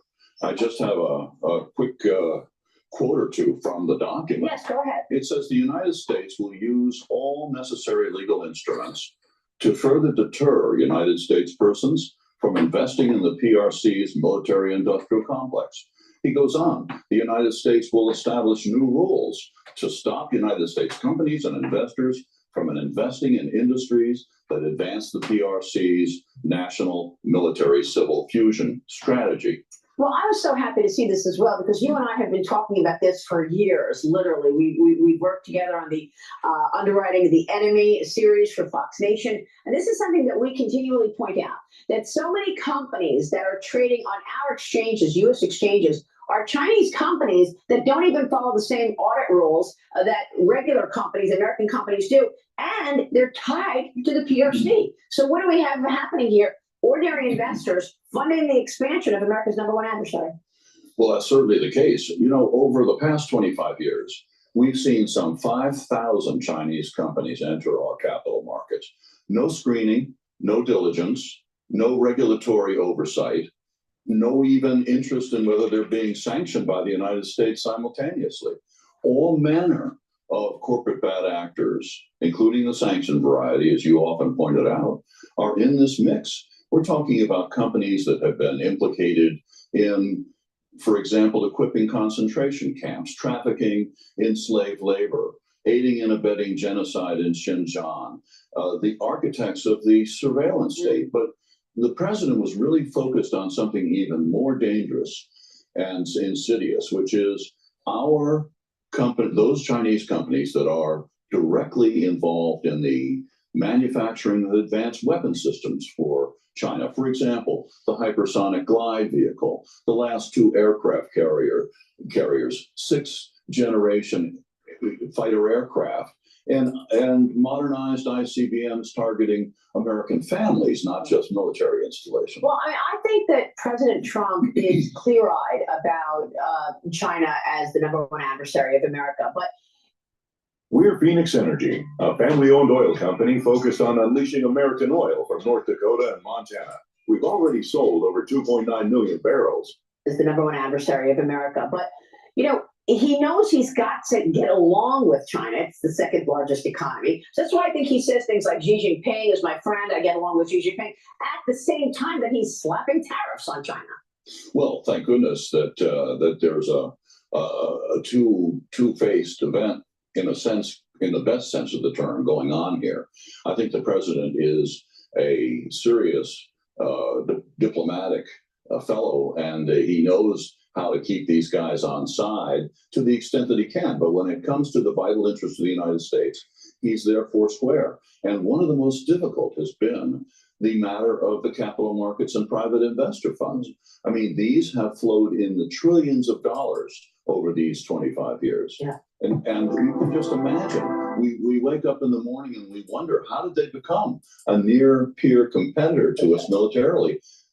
Here's your answer. Some of those very common. The tabs being picked up largely by scores of millions of unwitting American retail investors. By the way, some of those companies that you're referring to were part of the Chinese spy balloon, right? I mean, their propaganda, their surveillance, all of these tactics from the CCP. But when you're talking specifically about public companies, Wall Street wants that money.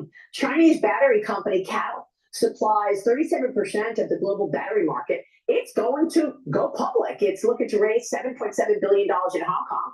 The company is linked to the Chinese military, obviously. It's putting it on the U.S. entity blacklist, Roger. You say J.P. Morgan, Bank of America, Goldman Sachs, Morgan Stanley are all still lining up behind this company despite a presidential directive against funding blacklisted Chinese companies. This is the problem with the U.S. banking industry, especially investment banking. They are willing to sell their grandmother for $1. And what's even worse, selling their grandmother for $1 is selling our Constitution down the river. And this is the problem with Wall Street. And these bankers, they are transnational capitalists. They have no care what they're doing to the country in long term. So they send their kids to private schools, very elite institutions, thinking their kids have nothing to worry about. Meanwhile, the poor and the middle class are going to have to fight the next war that they just helped fund. It's ridiculous. And we're still, this IPO, which is a secondary listing out of Hong Kong, and we just heard from Sebastian Lai very eloquently this morning about the fact that Hong Kong has become just another Chinese city gripped in repression. So there's nothing going on there in terms of a legitimate, credible financial hub as there has been. What a shame, man! What a shame. It is, and so, but that 7.7 billion could easily go up 2 or 3 times because of the appetite. You know, in 2023, there were 66 IPOs out of Hong Kong. A total price tag of or value of 5.5 billion, so that you can see in perspective the size of this thing. J.P. Morgan and B of A are the lead managers, or some say co-sponsors. It's a little unclear what second tier role Goldman and Morgan Stanley are playing. But here we have, as you pointed out, a company that's on not one blacklist, namely the Pentagon list, but 2, the Commerce Department list. And folks should be required reading the June 5th, 2024 letter sent by then Senator Marco Rubio, along with John Molinar, who chairs the House Select Committee on China. They sent a letter to Homeland Security that is exhaustively documented, that pleaded for that company to be added to the Uyghur Forced Labor Prevention Act entity list as well. Yeah. So if he had had it his way, that is our current Secretary of State, we'd be on 3 blacklists now. And yet, even despite the president's directive, you see again, we're seeing this dance by uncontested. I think you make such a great point. I mean, what's the point of a blacklist and putting these companies on blacklists if, in fact, they're going to just blow up the blacklist and still be able to raise billions of dollars and go public and have investors expanding the reach of the CCP? You've also identified 40 publicly traded Chinese companies in the United States. These bankers are anti-Trump. How do I know? I actually are in events.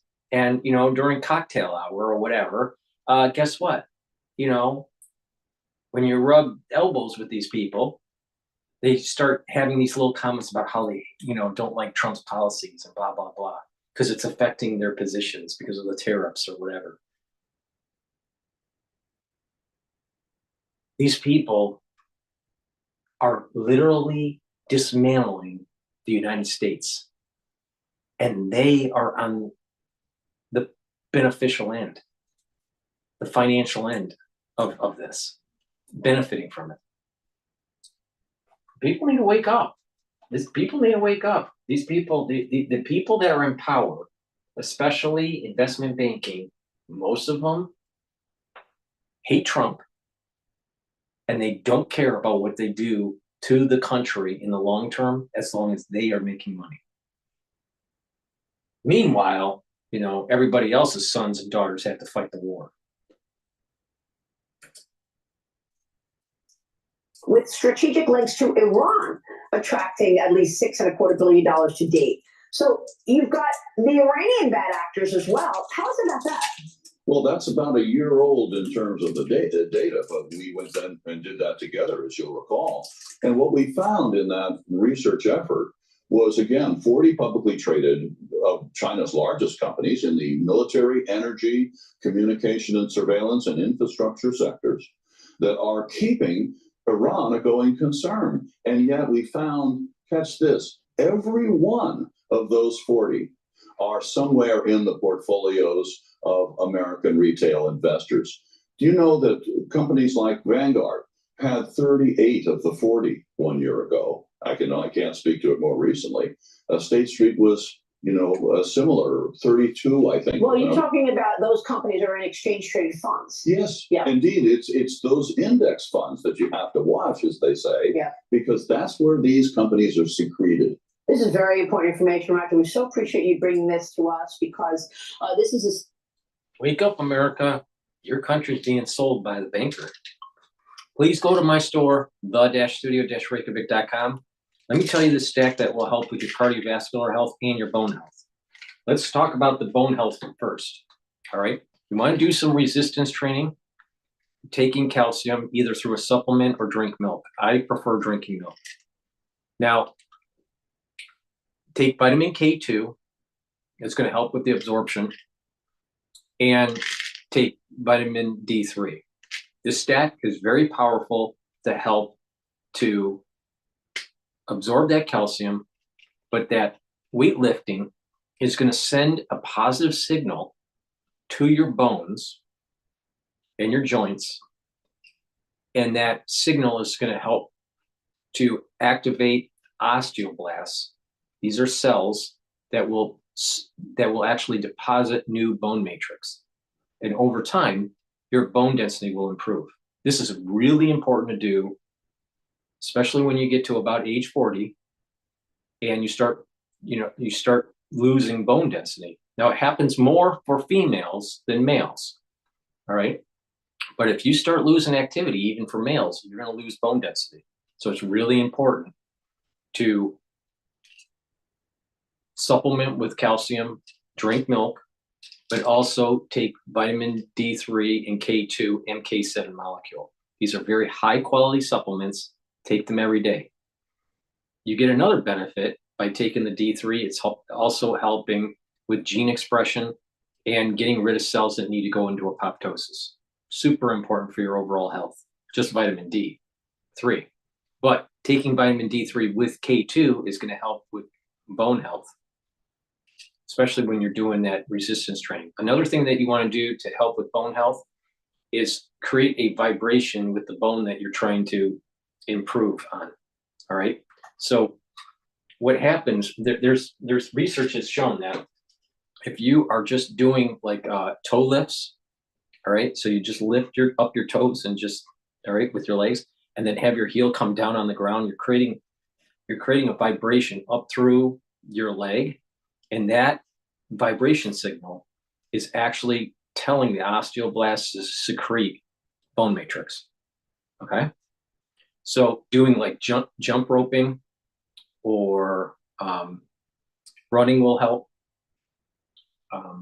Doing isometrics that allow for you to have some sort of vibration, jumping up and down, those kinds of things on top of weight training will help to improve that bone density. All right, so very important little trick that Dr. St. Clair doesn't know. But okay, with that, now the stack for cardiovascular health. Now the stack with the cardiovascular health, taking nattokinase is going to help prevent or help to break up clots. Okay, so once a clot forms, you need fibrinolytics to be able to break up the clot. So nattokinase is a fibrinolytic. So nattokinase helps to break up the clots, but it also will help to bring down LDL levels and increase your HDL levels. So it's improving your total cholesterol profile. When you mix it with K2 and D3 together, this is helping with your cardiovascular health. Why? D3 and K2 together with proper diet and exercise will actually reduce the amount of calcium that's being deposited around plaque. Because a lot of people don't know. So you build up this plaque, and then what happens is you also have calcium that deposits within the plaque or around the plaque, typically around the plaque. And so that's the reason why they do calcium screenings, to pick up that calcium. And there's a correlation between the amount of calcium that's built up relative to the plaque. All right. Now, I had a calcium screening when I was 50 years old.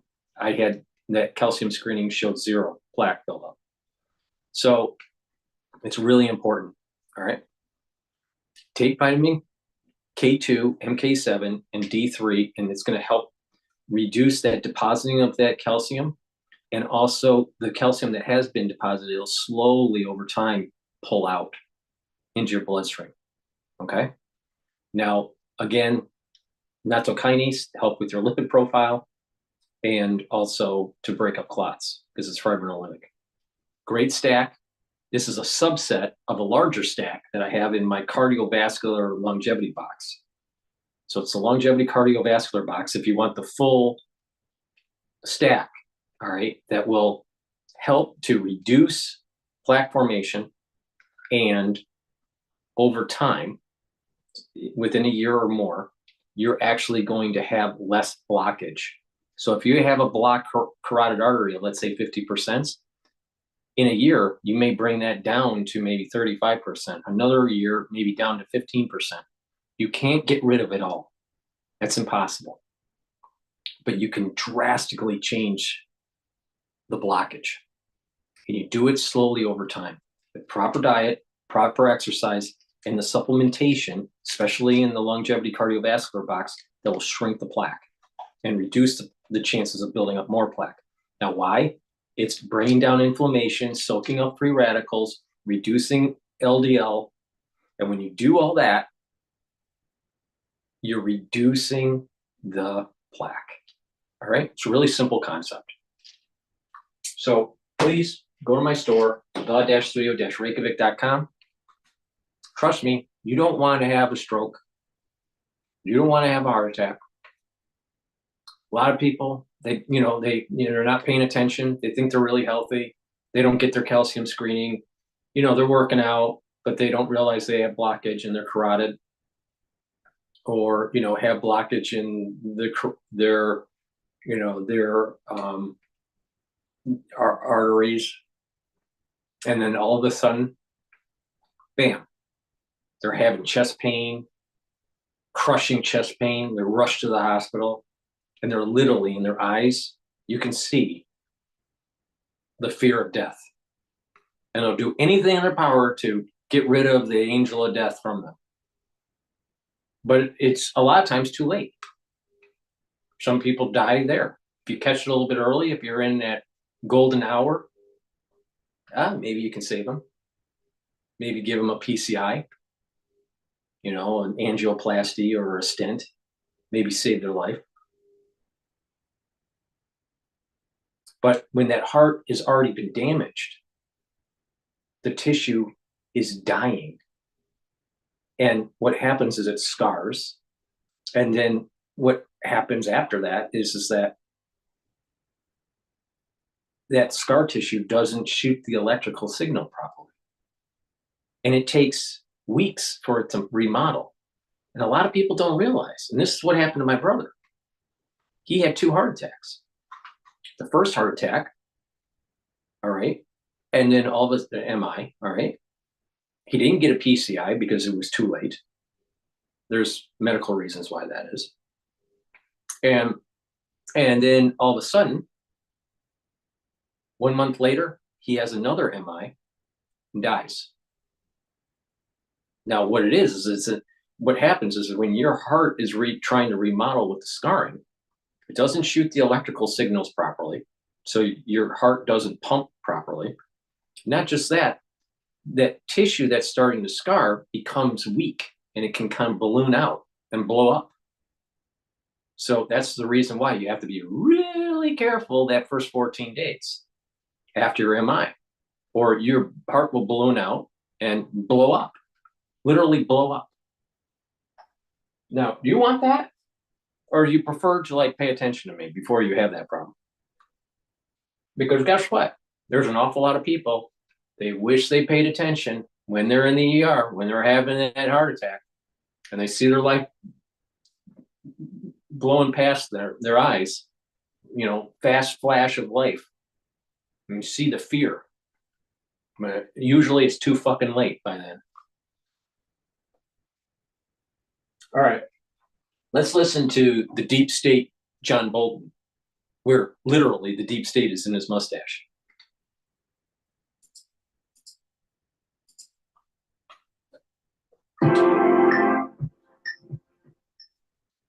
Mr. Ambassador, it's great to see you again today. Well, thanks for having me. Glad to be with you. So a lot's been happening recently. Donald Trump took office less than 2 months ago, and already he's rushing to end the war in Ukraine. Many people say, though, it's on terms that Russia would prefer. But what do you make of all that's been happening? Well, I think people should understand Trump is really an aberration in American political life. Obviously, he's president, so it makes a big difference. But he has no philosophy. He has no national security grand strategy. He doesn't do policy as we conventionally understand that term.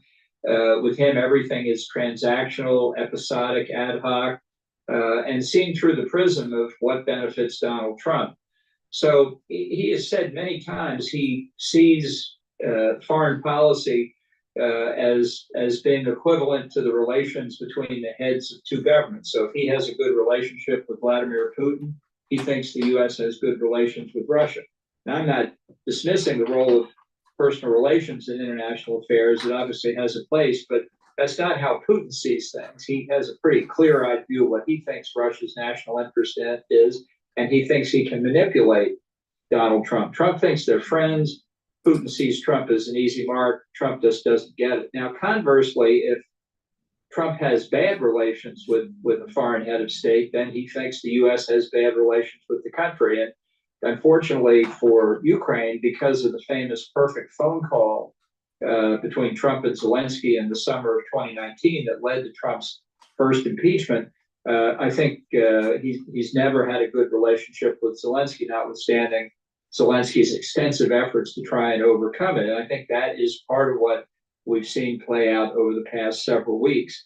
So it is a fact that Trump has basically reversed the U.S. position, saying even before negotiations begin, there will not be a full restoration of sovereignty and territorial integrity, no NATO membership, no NATO security guarantees, no U.S. security guarantees. You know, these are all Kremlin positions. The only unhappiness in Moscow these days is that they didn't ask for more because they might have gotten it. So it's a hard place to be. I do think that the debacle in the Oval Office was a manifestation that Trump just doesn't like Zelensky. And now I think we're seeing an effort by Secretary of State Rubio and National Security Advisor Waltz to try and bridge this over and get things back on an even keel. And I think the agreement in Jeddah, not necessarily to Ukraine's advantage, but clearly necessary to get a resumption of U.S. military and intelligence assistance. 30-day ceasefire, we'll see if the Kremlin agrees to it, but I understand the priority that Kyiv had in the restoration of the assistance, and they were willing to pay the price of agreeing to a ceasefire. So you worked directly with President Trump in his first term. What's your takeaway? What does he actually feel himself about Ukraine or about Russia or about Vladimir Putin? A lot of people say that he's been going out of his way to help Russia out. What do you make of that? Well, I think, as I say, he thinks he's friends with Putin. So your friends always tell you the truth, right? Just like he said in Helsinki that he believed Putin and disagreed with American intelligence on Russia's role in the 2016 election. Stunning to Americans that he would say that. But, you know, do you trust your friends or do you trust the deep state? That's the Trump mentality. I just think that it's important to try and work with Trump on that understanding that it's entirely personal, that he doesn't conceptualize foreign policy. There's no strategy behind it. His supporters say, you know, he plays this complex game of three-dimensional chess. No, he doesn't. He plays regular chess, one move at a time, and that's all, one move at a time. So, you know, there are theories that he was recruited by the Russians years ago. I don't see any evidence of it. I think his behavior is explainable, unfortunately, in simpler ways. And just for credibility in the American political debate, people should understand that the way I've described Trump is the way he operates on a day-to-day basis. There's no bigger picture. There's no hidden agenda. He just doesn't think that way. When he ran the Trump Organization business, I was told he would never set up a daily schedule. He'd come into the office every day and say, well, what's going to happen today? Now, that may work in real estate in Manhattan. It doesn't work internationally. But in many respects, Trump is still that same person. That's fascinating. So when you worked with him, was he open to new ideas? When he would meet with, let's say, national security advisors, CIA, was he open to what they were saying? Or did he have pretty strong preconceived notions of what he was going to do, and he would act on them or cherry pick information to support the arguments he already had? Well, it varied from issue to issue. In many cases, he knew nothing about a particular aspect of international affairs. He had no experience. He didn't know much about how the U.S. government operated or what its capabilities were. He didn't particularly care. He wasn't interested in learning. And so he could move from one position to another with total flexibility because he had nothing invested in the position he had taken earlier in the day since he hadn't thought it through. I mean, there are some things that he's always talked about. He likes low interest rates in the domestic economy. I think everybody in real estate likes low interest rates. He would just like them permanently. He obviously likes tariffs. That's why we're in the nascent trade war that we're in now. But in international affairs, other than his affinity for particular foreign leaders, he had no fixed points of reference, and so sure he could adopt ideas. So according to Bolton, you know, Trump is chaotic and with no strategy. But let's look at the other side. They had a grand strategy, aka Brzezinski, the grand chessboard. but the thing is that the deep state and these professionals that are part of the administrative state have gotten us into wars that we should never have gotten into. We have had never-ending warfare. The CIA has gotten us into so many different wars because of incompetence. So I think Trump is doing a pretty damn good job compared to the alternative. Now, do we want Brzezinski grand chessboard where it leads to technocracy, or a little bit of chaos by Trump? I prefer the chaos from Trump than this multiple decade screw up with our international policy, especially since the fall of the Berlin Wall. And I'll tell you, for ones that have studied the CIA in depth, most of their activity screws up our foreign policy and gets us into wars. That's a fact.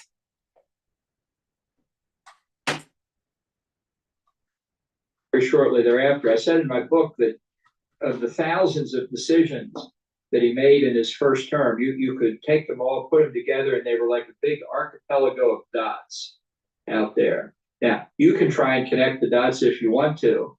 Good luck. He can't connect the dots. And understanding that, I think, obviously, is important, particularly in the case of Ukraine, given the circumstances, to help its leaders make decisions and try and navigate through that. Well, a lot of people say that Donald Trump himself. Well, let me get this straight.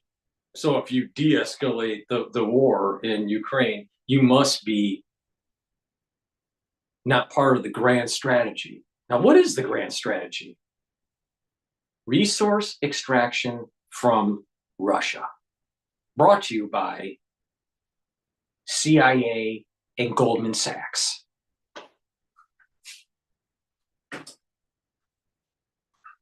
Not be the best president, but he probably has great people around him who are advised for driving the actual decisions that the U.S. makes. Do you think that's true in the case of Russia and Ukraine?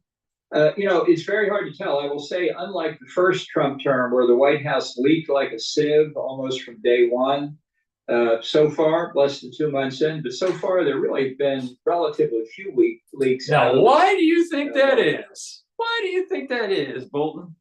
Because when Trump was in his first term, he trusted people, and certain people were elevated into important positions, and they actually leaked, slow walked his policies, thinking that they would be able to contain him.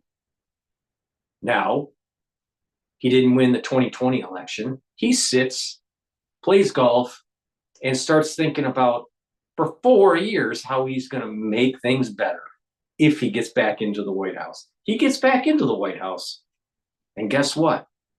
He started learning his lesson. There's certain people you just can't trust. Why? Because the administrative state doesn't want localization.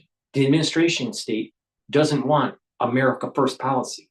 The administrative state wants globalization, a weakened country where we're just integrated into some sort of new world order that, believe me, is not going to be good for Michigan, not be good for most states in the union. And you know what? That is not the ethos of America.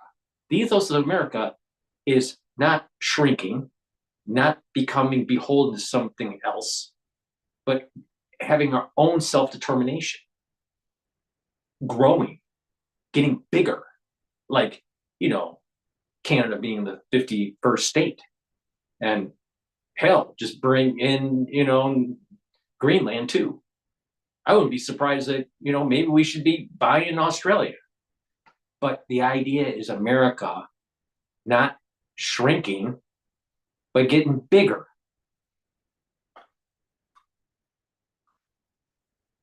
But we can't do that because, the administrative state, got to make sure that everything is, part of the big plan.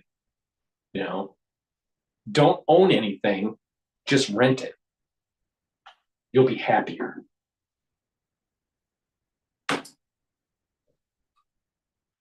How long that will continue, we don't know. But if you look at the entire range of Trump's cabinet selections and his nominations for some of the sub-cabinet positions, the quality that comes through over and over again is that he wants not loyalty from his subordinates, but fealty. He wants yes men and yes women. Qualifications, experience, matter less to him? You know what? The thing is, that's, the perspective of a deep stater with a big mustache that's so big that a lot of deep staters are hiding in it. Let me plug another supplement before we continue on the pontification of John Bolton. Please go to my store, get the stack to bring down inflammation. It's a dual stack, all right? It's going to help with immune system and your cardiovascular system. Turmeric will bring down inflammation. It'll soak up free radicals. Really important. Ashwagandha root is going to control your blood glucose levels and your cortisol levels. When you take these together, it's great for your immune system, but bringing down inflammation at the vascular level is going to reduce plaque buildup. Now, lignans is a powder. You mix it with soft foods or with filtered water. Take it every day. There's a little scooper, really important. You stack this together, guess what? You're helping with your immune system because you're bringing down inflammation. You're soaking up free radicals with the lignans also, and it helps with your endocrine system. So lignans is a dual purpose product, all right? Helping with your endocrine system and your immune system. But when you stack it with ashwagandha root and turmeric, you're getting a synergistic effect where you're helping with your vascular system and your immune system. And as a bonus, you're helping with your endocrine system too. So please go to my store, the-studio-reykjavik.com, get the turmeric, the ashwagandha, the lignans, take them together. It's a very powerful stack. And actually, this is a subset of what's actually in my cardiovascular box. So please go to my store, the-studio-reykjavik.com, get healthy. Remember, it's a holistic approach, all right? And it's in the magic, all right, is the stacking. That's really important. Please go to my store, the-studio-reykjavik.com. Get the turmeric, the ashwagandha, and the lignans. Use discount 5, get $5 off. Or better yet, go to my longevity cardiovascular box, get that box, and that's cheaper compared to buying all the different supplements separately. And you can use discount 5 on top of it. All right, let's continue with John Bolton, Mr. Deep State. And then this issue of fealty, and that's very dangerous. Trump wouldn't understand this, but the function of advisors is not to try and pin the president down or try and move him in a certain direction. No. The function of the president is to obey the administrative state because they've been inculcated on the way things should be. Heaven forbid you go against that. And if you do, there'll be 7 ways to Sunday that the CIA will come after you. Doesn't that sound familiar? Yeah, years ago we heard that from Chucky Schumer. Yes, I thought my job was to make sure that Trump had all of the pertinent information in front of him and knew what the range of his options were. He was obviously going to make the decision, but the hope is through that process he makes a better informed decision if he can choose among options and he's fully informed. If you're surrounded by sycophants, they're just going to say yes sir when the president speaks, and he's not going to have the benefit of that fuller scope of information. So having seen Trump up close in the White House, do you think that he respects the institutions of the United States? What happened with Trump's first term was when he disagreed with his advisors leaked. Tried to change what the president wanted. Now, I think Bolton is losing sight of our Constitution. The head of the executive branch is not the deep state. It's the president. I'm very sure about that. But if you create a system so complex that no one can understand it, and so intertwined with people that are, part of that administrative state, that they get inculcated with certain policies, that if you have a president that's against those policies, do you really think that you're going to have friction within those organizations against the policies of the president? Of course you are going to. So that is not a system that is healthy to push forward the policies of the president, especially if that president is a representative of the will of the people. See, this is where Bolton misses the point here. The will of the people is for the president, not the administrative state.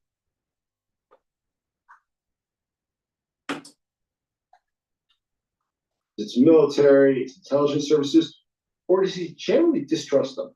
Well, I think he's very suspicious of almost all of the institutions you've just mentioned because he thinks he was persecuted for the so-called Russia collusion that occurred during the 2016 campaign. I will say, frankly, in my time at the White House, I didn't see any evidence of it. If I had, I think I would have remembered it. And I don't think there's any, again, there are plenty of conspiracy theories you can spin about what motivates Trump, but there are simpler and I think more evident explanations for it. But he distrusts the intelligence community, the law enforcement community, the military, because he thinks they were conspiring against him. And I'm very worried that over the course of 4 years, he could do considerable damage to all of those institutions. He doesn't really understand the government. He feels uncomfortable outside the West Wing. He likes to go to the tank at the Pentagon, but even walking in the corridors of the old executive office building, you get a sense he just can't wait to get back to the West Wing. It's a very limited understanding of what the capabilities are, and it's a reflection of his limited understanding, really, of what's at stake in some of the crises that we see around the world, starting with Ukraine. So speaking of crises, let's talk about some of the ones that he's created recently. What should we make of his desire to annex Greenland and Canada? Is that to be taken seriously, or is that in jest, or is that his bargain? I think it should be taken seriously because our founding fathers wanted Canada. And then you're looking at Greenland, it's a perfect strategic defense platform for us, especially when we build the Golden Dome or the Trump Dome or whatever we want to call it. To begin some sort of negotiations with them.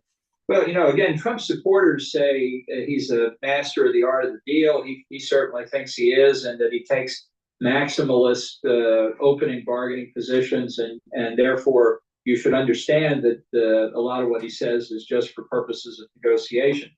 Well, the trouble with that explanation is that it implies there's a strategy of how you get from the maximalist position to something that's acceptable.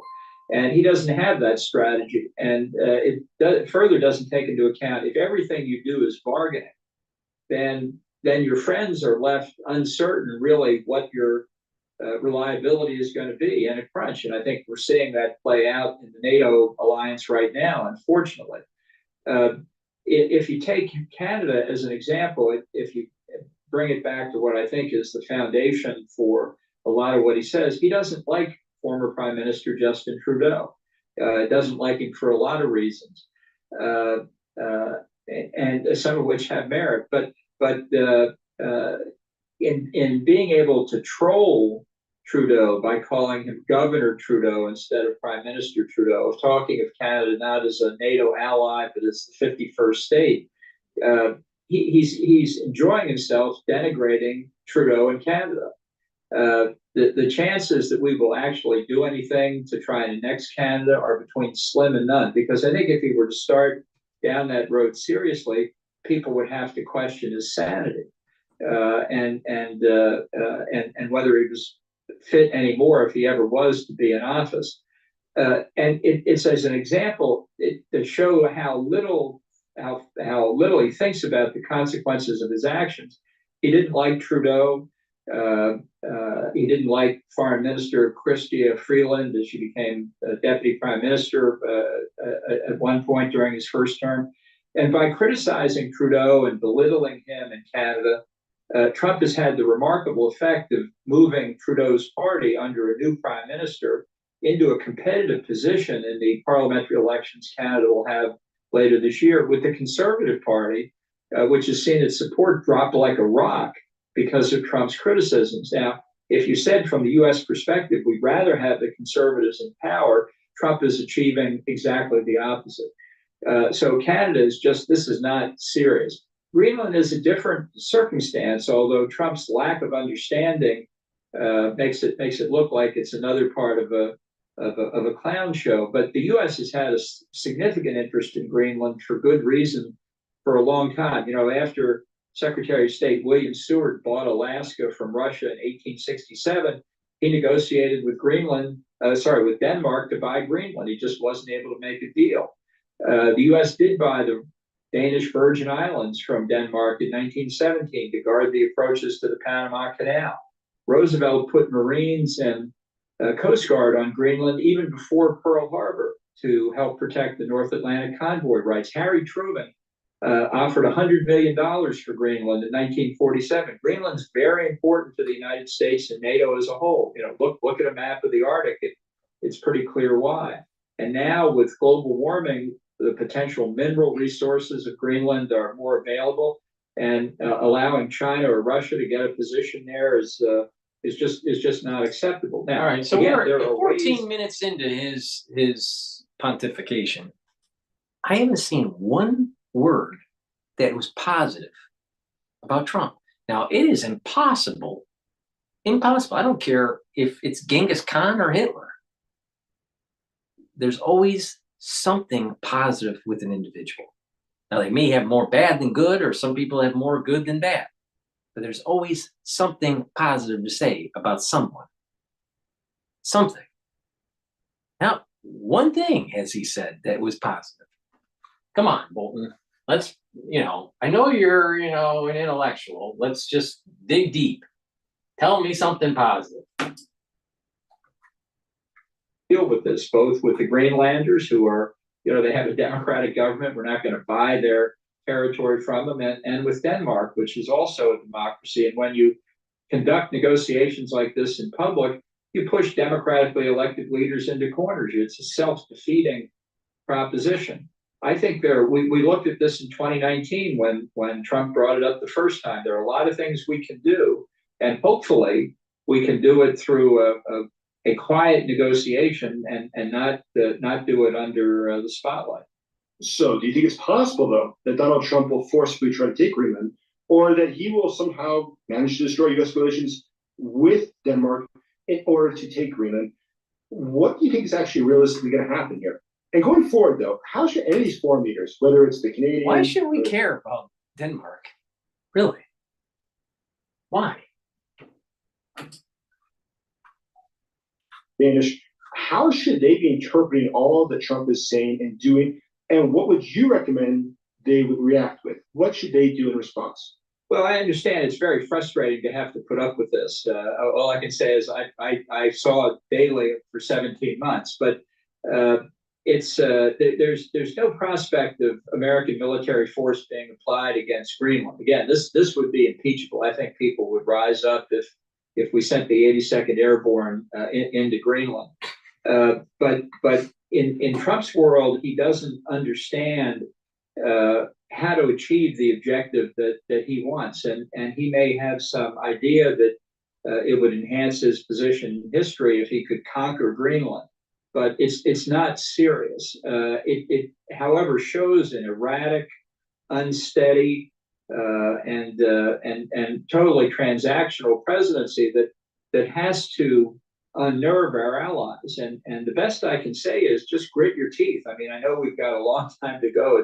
We're only 2 months into this. We've got 46 more months. But people should remember, Trump is an aberration. This is not a reflection of where the majority of the American people are. He wasn't elected to invade Greenland or anything else. He won the Electoral College and the popular vote. So more than 50% of the population actually voted for this.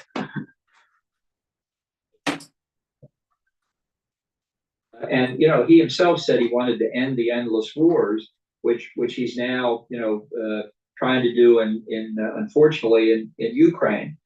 So there's no quick answer here. I think people are just going to have to reconcile themselves to this kind of bizarre behavior, and as I say, try and grit our teeth so we don't do more damage than Trump himself is doing to the alliance, which, if it breaks apart, gives Moscow a win that they were never able to achieve in the Cold War, and something that will benefit China as well, to the detriment of the West as a whole. I totally disagree with you on this. We're going to actually have a better defense umbrella if we took Greenland or coerce Greenland to become part of the United States. And I just think that our founding fathers wanted the country to get bigger, not, to stay small. Now, please go to my store, the-studio-reykjavik.com, get the NAD+.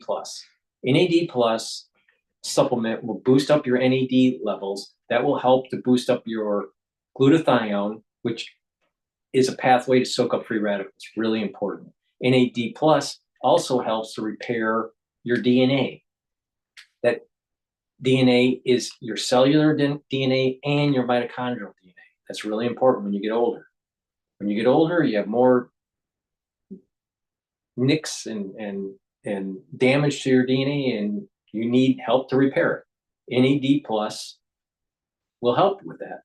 Now, also, NAD+ will help to protect neurons. Very important. Once you turn 40 years of age, you need to protect your neurons, but you also protect your neurons by making sure you're activating those neurons. You activate those neurons by doing different exercises, balancing, stretching, but also learning new things to get that positive neuroplasticity. Please go to my store, the-studio-reykjavik.com, get this supplement that will boost up your NAD+ levels. Now, NAC, I added this to my stack. Why? Oh, I'm sorry. Wait, I gotta go back one. It's getting late, so NAD+ boosts up your energy levels, does not boost up your glutathione levels. NAC boosts up your glutathione levels. I apologize for mixing the two up. So NAC will boost up your glutathione levels, and that will soak up free radicals. Really important. NAC will help to filter and detoxify your liver and your kidney. NAC will help to calm your central nervous system. So you're going to go into parasympathetic. It's going to reduce anxiety. And NAC is very important for lung health and you heal your lungs. So please go to my store, get the NAC. All right, take this for your stack, boost up those glutathione levels and soak up those free radicals. Let me just repeat what I wanted to say about NAD because I mixed the two up in my head. NAD+ will boost up that NAD levels. Really important to boost up your energy levels. All right. NAD+ will also help to heal your DNA damage, mitochondrial and cellular. And it is very important to help with protecting your neurons. And as you get older, you need to protect your neurons. And again, it's holistic approach. You understand what I'm saying. You got to learn new things. You got to do balancing, activate those neurons. Those are different neurons when you do balancing exercises. It's different neurons when you stretch. And guess what? It's different neurons when you start doing resistance training and the kinematics. All right. So please go to my store, the-studio-reykjavik.com, and get the NAD+. I apologize for mixing the two up. It is getting late for me. And proper sleep is part of an anti-aging protocol. Ubiquinol. Ubiquinol is the most bioavailable form of CoQ10 that you can get. On my store is the most bioavailable form of CoQ10. Most people that take CoQ10, you're getting the bad type. The type that isn't very good with bioavailability. But this is very high quality. All right. Ubiquinol will help with your energy levels. It'll help the health of the mitochondria. It's going to soak up free radicals because it's an antioxidant. And it also helps to protect neurons. A great stack is NAD+ and Ubiquinol for neural health. Also stack this with resveratrol and C60. Very powerful combo. So please go to my store and get the NAD+. Again, to boost up your energy levels, not glutathione. NAC boosts up your glutathione. And Ubiquinol, really important for your neural health. This is a great stack, all right? Ubiquinol, NAD+, and NAC. Please go to my store, the-studio-reykjavik.com. Again, I apologize for mixing up the NAD plus and the NEC. Now, before we continue on with Mr. Deep State, another great stack is to take C60 and resveratrol together. Now, resveratrol will stack well with the ubiquinol, the NAC, and NAD plus. All right, you get the most benefit out of resveratrol, which you should be taking every day, is to stack it with those 3 supplements I just went over, or the C60 and or the C60. So let me say what resveratrol does. I've been taking resveratrol for decades. All right, it's really important. It's an antioxidant, so it's going to soak up free radicals. It's going to help with the mitochondrial health. So that means it's going to help with energy levels. But also, what it does is it helps with slowing down the aging process. All right. It gets rid of cells that are in senescence. Senescent cells are cells that just stop dividing and collecting garbage. Their telomere lengths shrink to a certain level, and they just sit there, and they don't go into apoptosis. Well, resveratrol helps to get rid of those cells. And guess what? Resveratrol is really important for gene expression. All right. Now, it'll soak up free radicals because it's an antioxidant. And you could stack it really well with C60, which is a very potent antioxidant. And like I said, you can stack it with the NAC or the ubiquinol and the NAD+. It's a great stack too. All right. So let's talk about the C60 before we continue on with Bolton. C60 is a very potent antioxidant. You take a teaspoon a day, take it on an empty stomach for best absorption.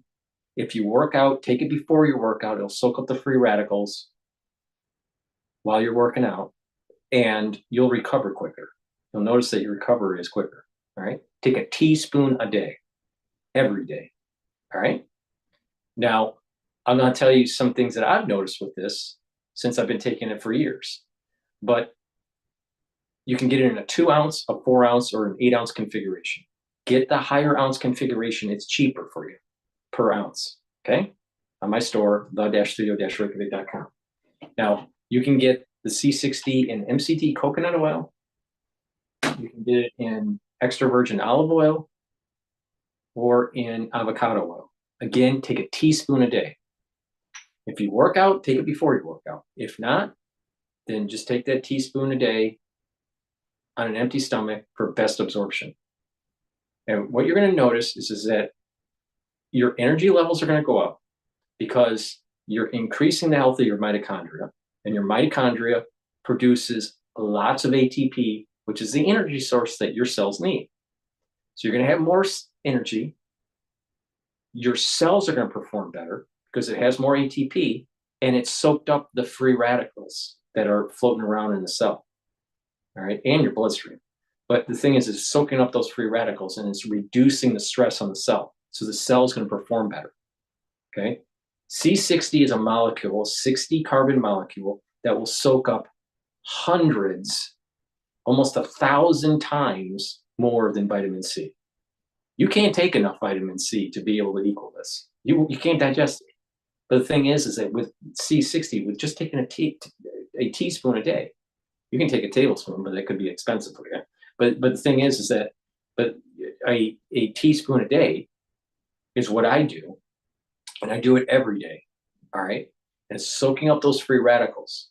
So your tissues, your cells, and your tissues are going to have more energy, and it's going to perform better because you soaked up those free radicals, and the mitochondrial health is better. And you reduce that stress that free radicals cause, and you're reducing the damage that free radicals cause in your cell. Because when you have lots of free radicals, it's actually damaging the cell and aging it. And so it has mechanisms to try to reverse that damage. But if it gets overloaded with damage, then the cell is permanently damaged. All right. And just think about this. As you age, you are actually producing more free radicals at a faster rate. So if you're not taking strong antioxidants on a regular basis, you're not soaking up those free radicals as you're aging, as you're getting older. That's the reason why when people age, and you see them much older in their geriatric years, they age faster. That's one of the reasons. It's not the only reason, but it's one of the reasons. So you're building up more free radicals, and you're not clearing them out. So it's important to soak up those free radicals. The earlier, the better. Now, I've done experiments on my dog. All right. And what I have noticed with the protocol that I put my dog on. All right. The dog protocol that I have is C60 with max 35.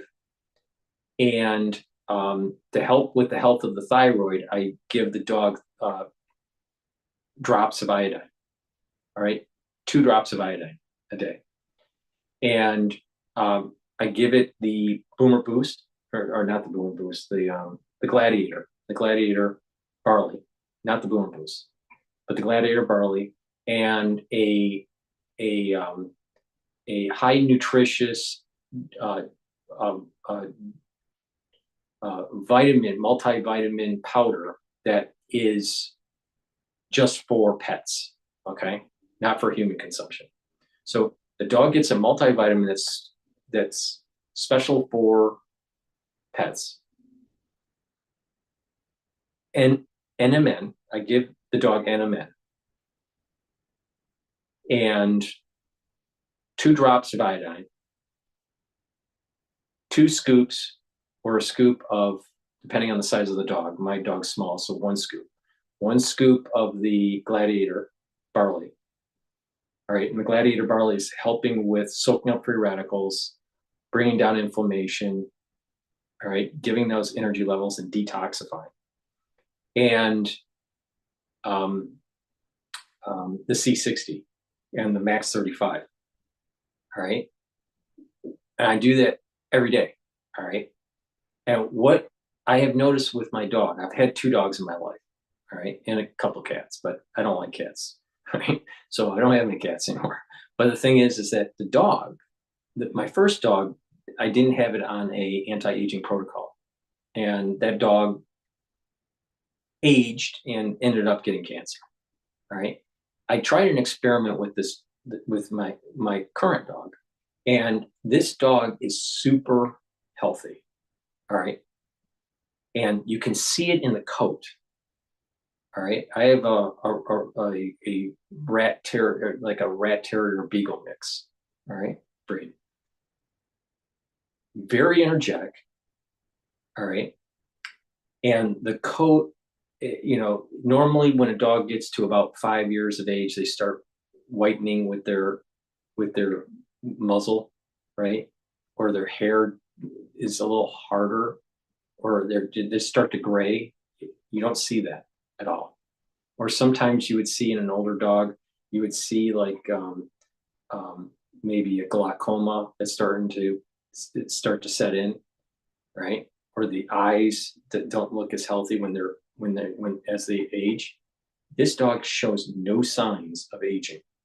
She's more than 5 years old now. She looks like she's 2 years old. All right. I'm not joking about this. I'm being very serious. Right. And what's important is that dogs typically age faster. Now, another thing that I do with my dog that I didn't do with my first dog is that this dog eats human food. All right. It's all very high quality meats, pressure cooked with vegetables, and that's how it's fed. All right. All right. So it's very high quality food, not dog food, but very high quality human food with the C60, the max 35 NMN, 2 drops of iodine, and Gladiator barley, 1 scoop because of the size of the dog. If it's a larger dog, you should be using 2 scoops or 3 scoops, depending on the size of the dog.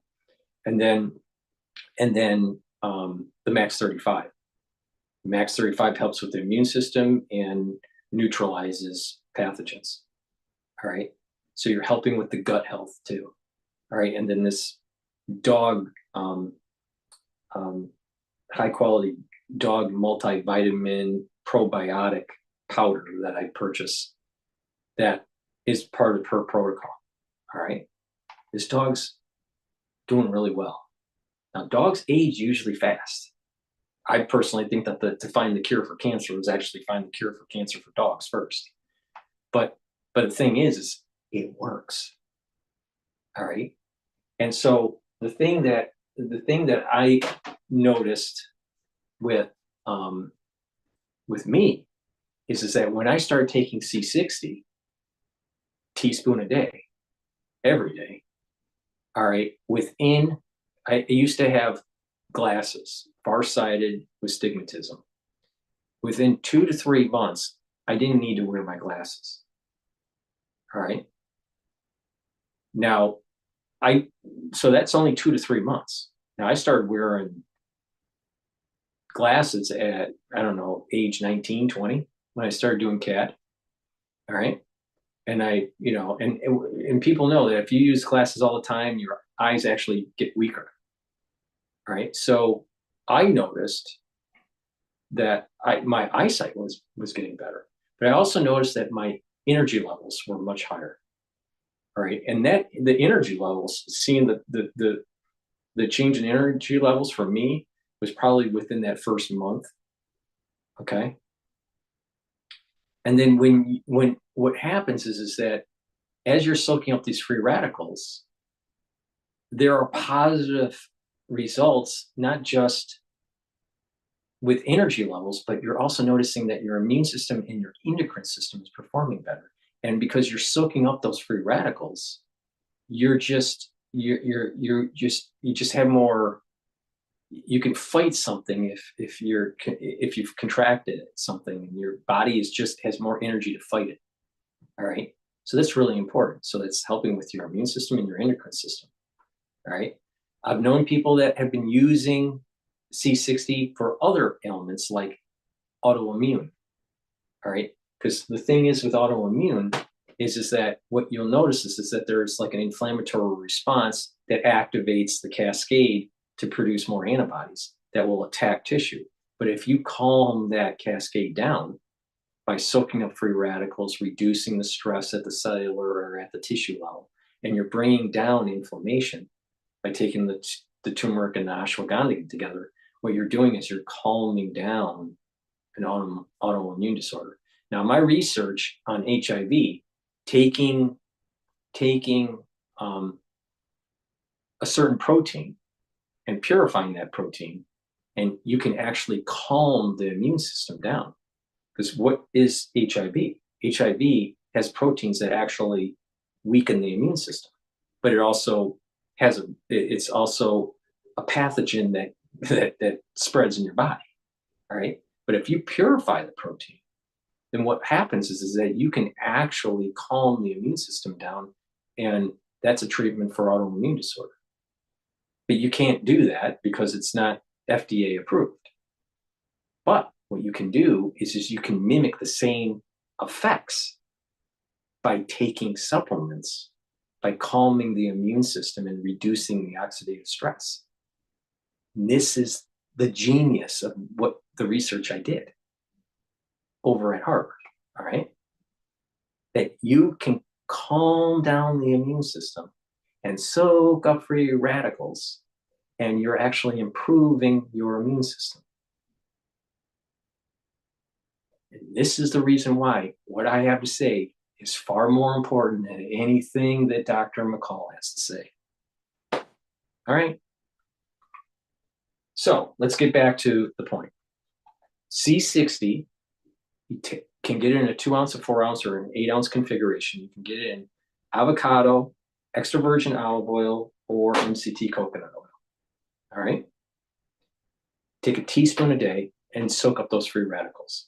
And when you're soaking up those free radicals, again, your tissues and your cells are going to perform better because that's less oxidative stress. Now, the more ways you attack soaking up free radicals, the better. C60 is the most potent of all the antioxidants. Another great way is to stack this with the NAC. Now, NAC, again, boosts up your glutathione levels, which is another way to soak up free radicals. Stack this with gladiator barley. That's another way to soak up free radicals because that's through superoxide dismutase, a different vector.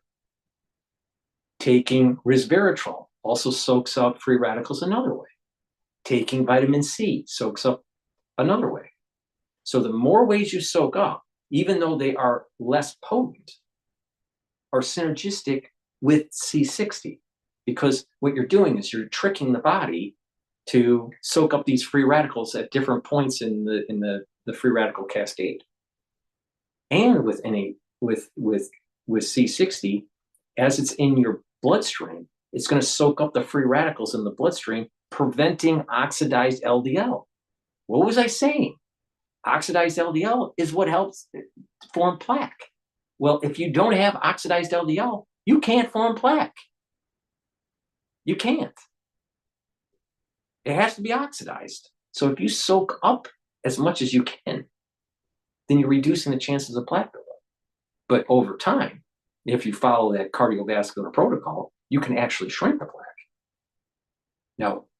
Now you see the power of what I'm saying? When I say that my protocol is the most comprehensive than anybody, it's true. It may be expensive, but it fucking works. But people are thinking, oh, you got to get one supplement here or another supplement there, and that's it. Wrong. Or I'm just going to work out and, eat veggies. Wrong. I'm just going to meditate and be Buddha. Wrong. So take the lessons learned from the research that I did on how to calm the immune system. Take the lessons learned from what I've been seeing with my pet anecdotally. Take the lessons learned from what other people are seeing when they stack this stuff. And guess what? When you have, like, for example, there are people that have Hashimoto's.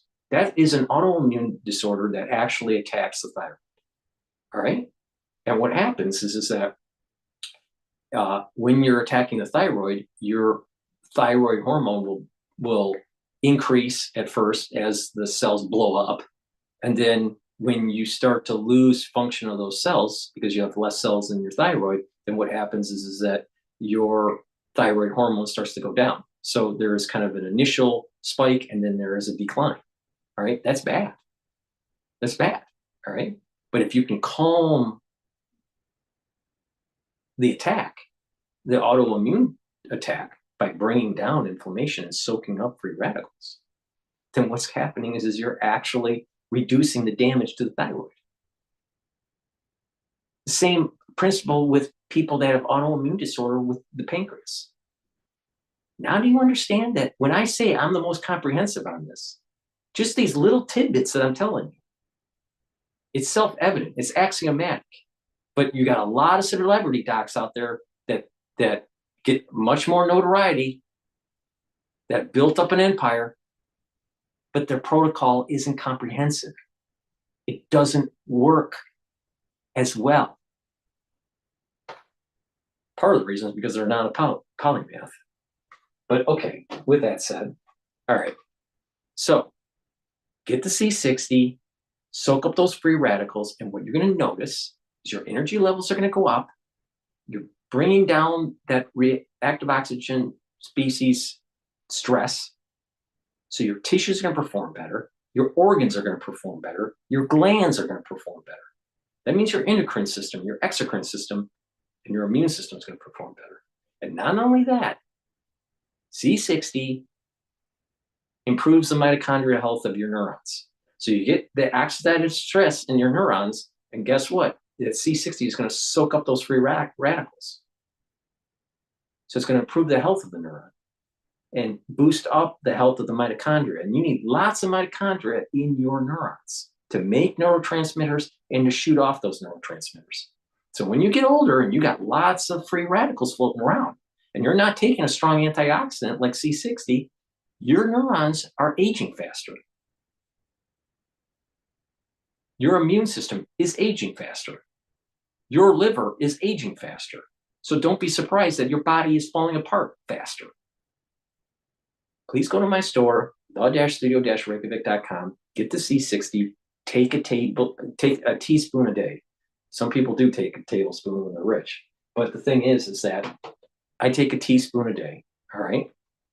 And that's enough, but you got to do it every day and soak up those free radicals and stack it like I'm saying to. Take the ubiquinol and the NAD and the NAC.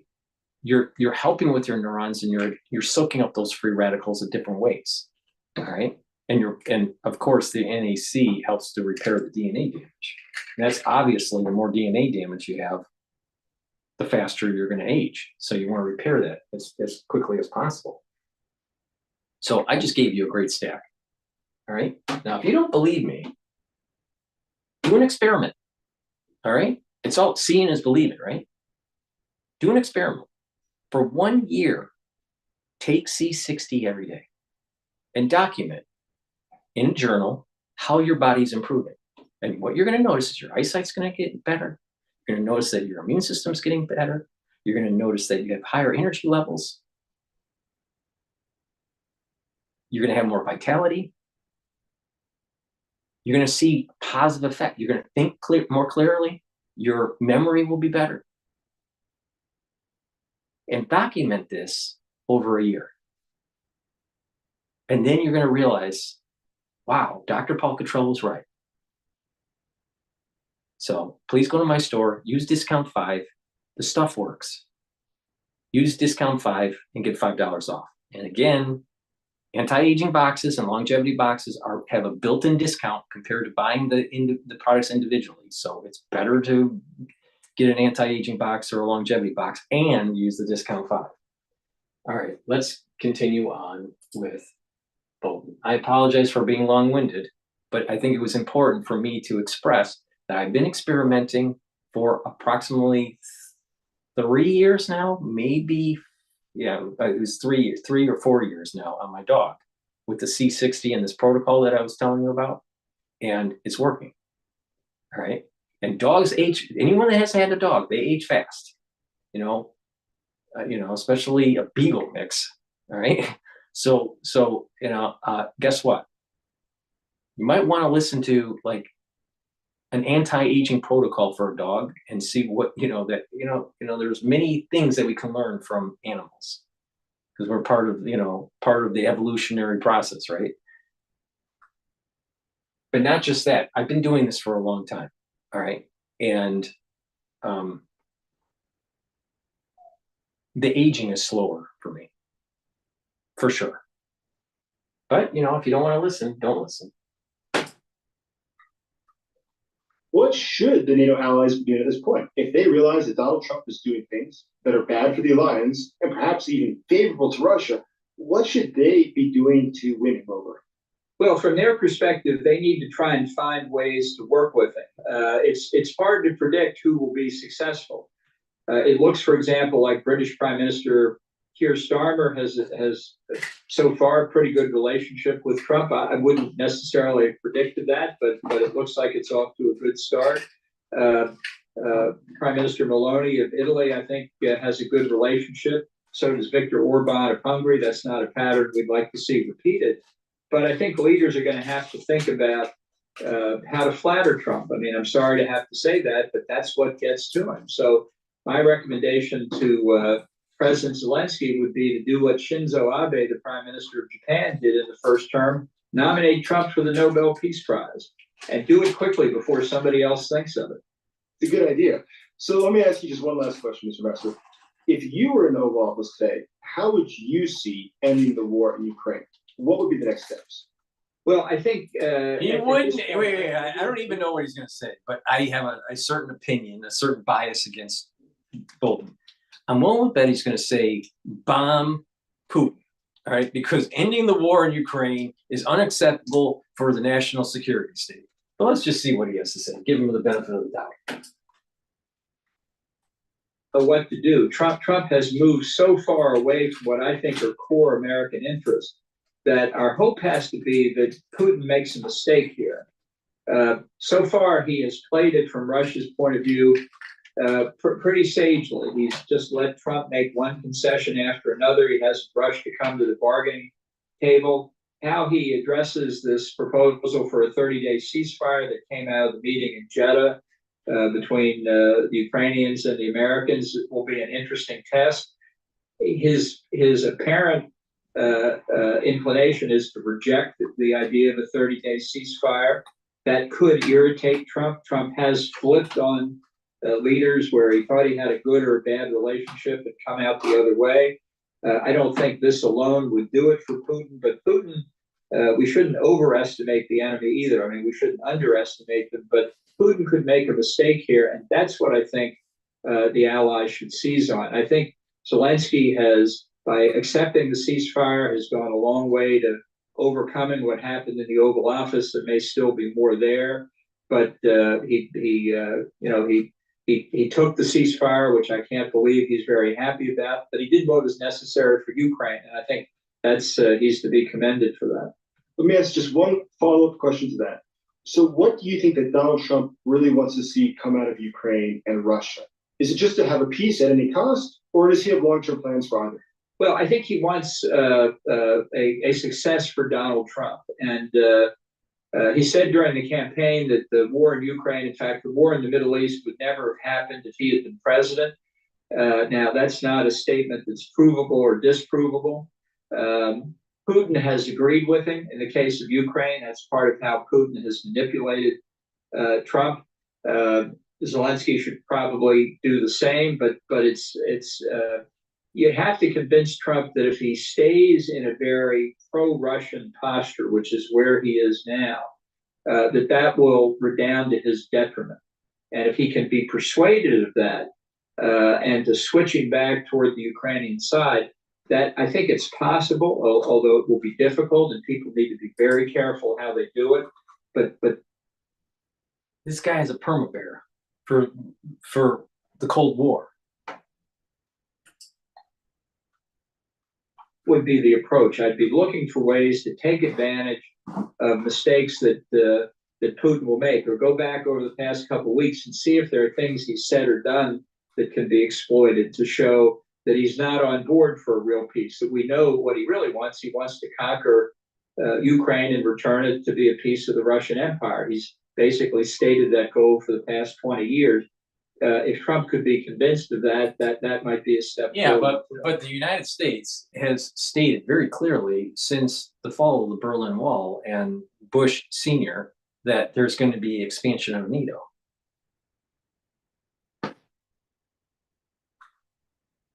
Please go to my store, the-studio-reykjavik.com, and get the structural nano silver toothpaste. This literally is the best toothpaste that you can buy. Why? It doesn't have fluoride in it, and it's made from structural nano silver. It will whiten your teeth, freshen your breath, help with your gum health, reduce inflammation at the gum line, and with good oral hygiene, you're reducing the chances of cardiovascular disease and valvular disease. That's really important. People don't realize you have bad oral hygiene, especially when you're older, you're increasing your chances of cardiovascular problems and valvular problems. Please go to my store, get a few tubes of this toothpaste, help support my work. You know what? I have some really interesting ideas on how to get healthy. All right? Get a few tubes of this toothpaste, help support the channel and your health. It's a win-win. Use discount 5 and you get $5 off. I also have structural nano silver gels.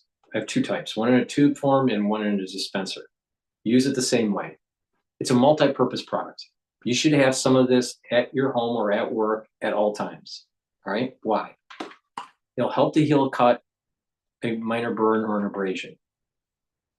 You can use it as a skincare. You can put it on your skin, and it'll help to heal your skin and improve the topical layer.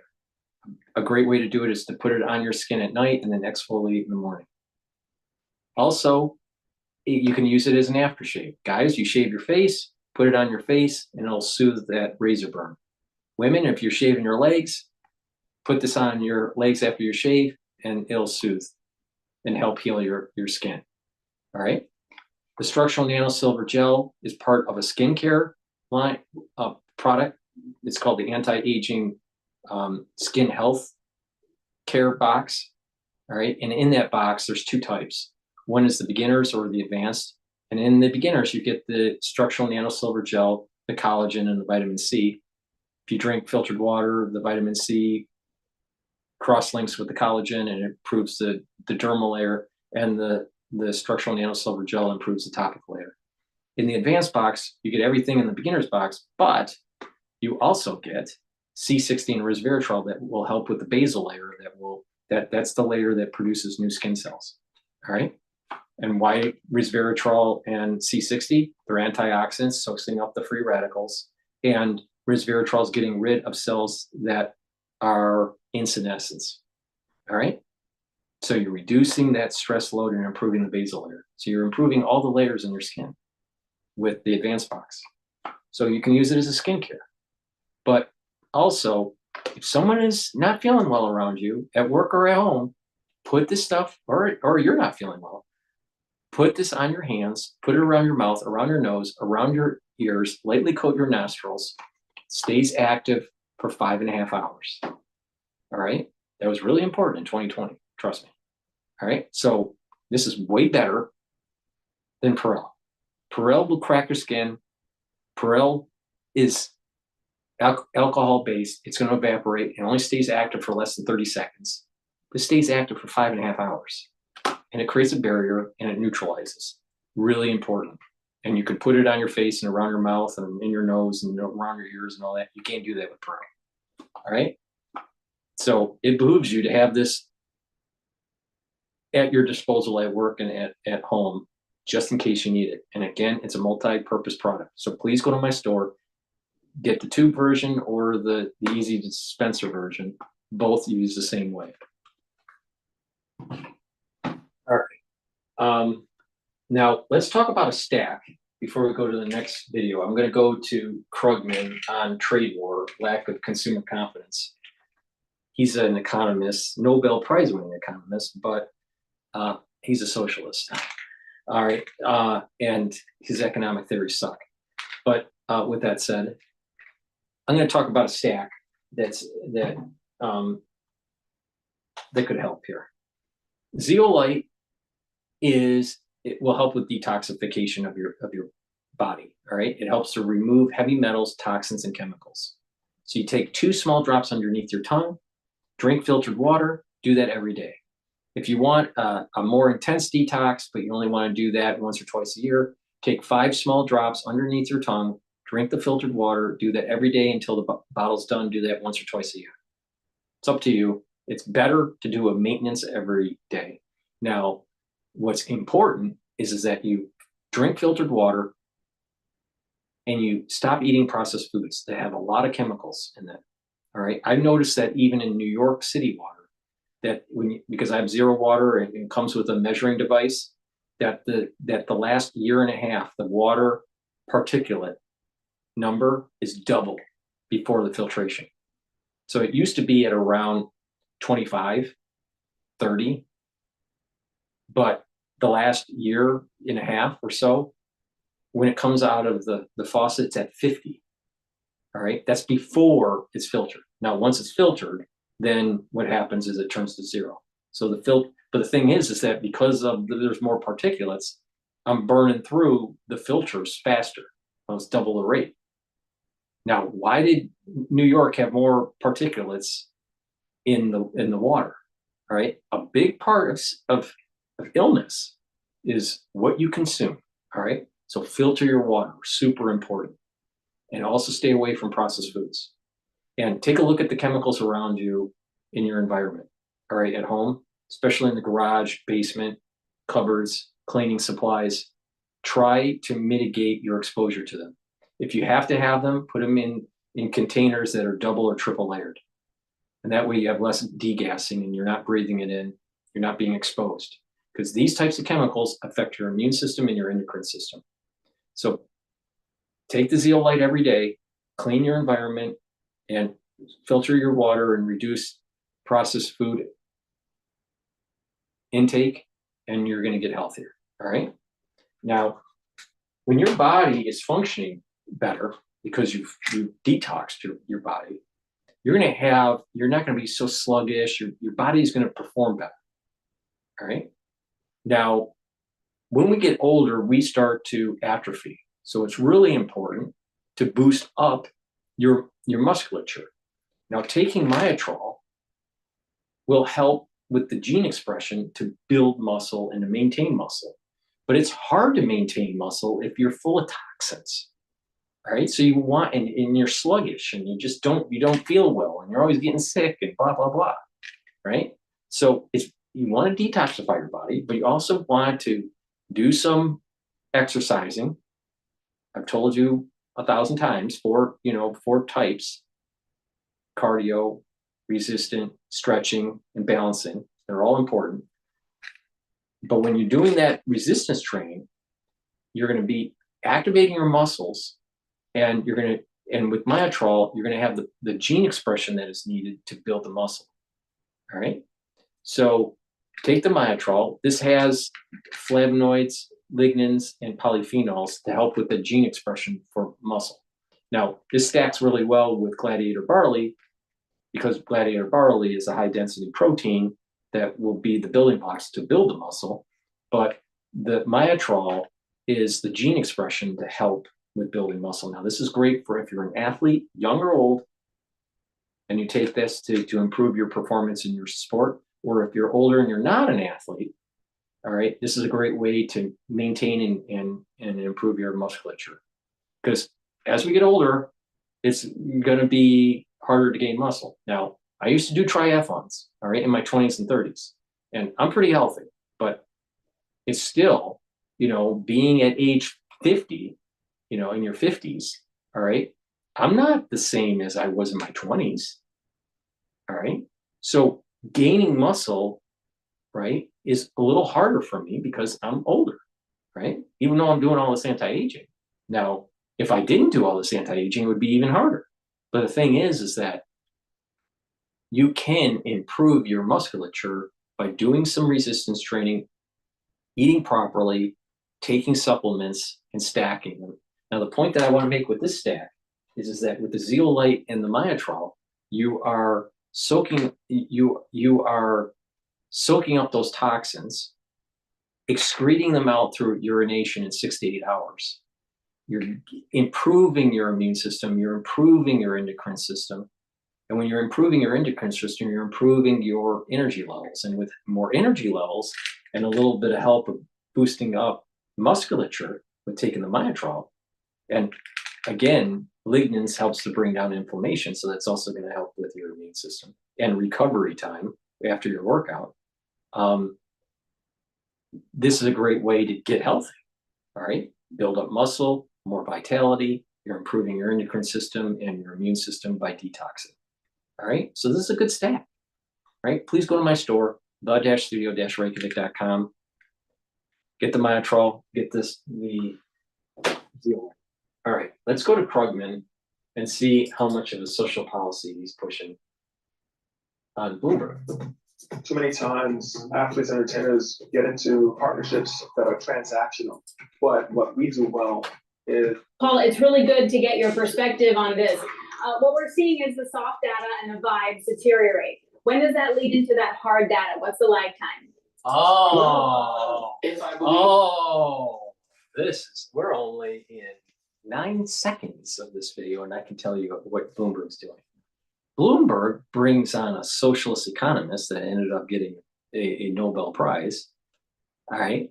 And the globalists, aka Bloomberg, doesn't like tariffs because that's a weapon against globalization, all right? And so you're going to try to demonize Trump with the tariff policy that is affecting the stock market that could lead to a recession, possibly, maybe.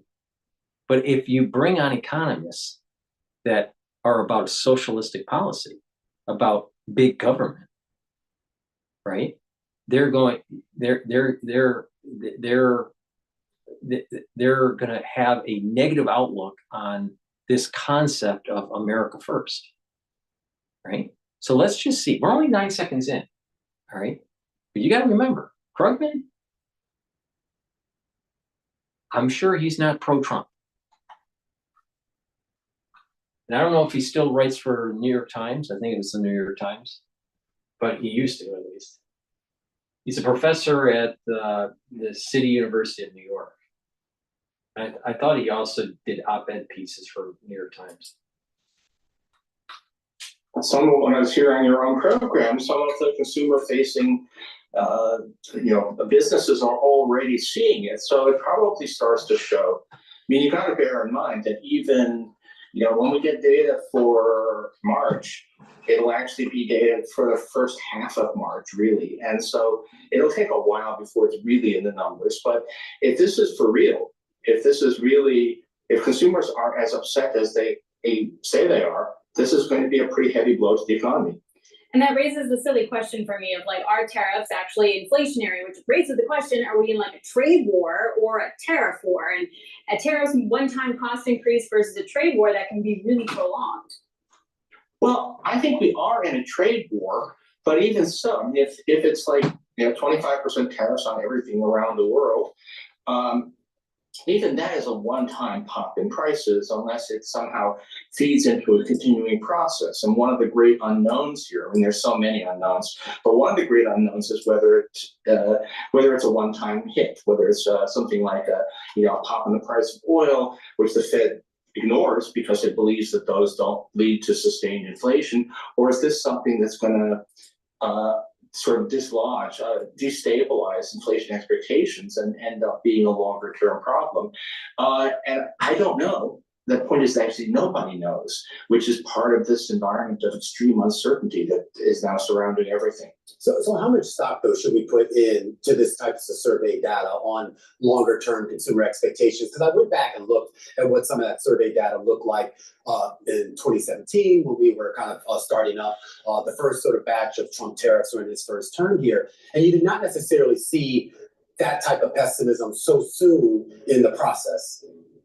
Yeah, this is kind of unique. I mean, it's actually stunning how fast consumer expectations have deteriorated. I wrote about this in my Substack today. That I thought we would have a few months at least of people feeling good.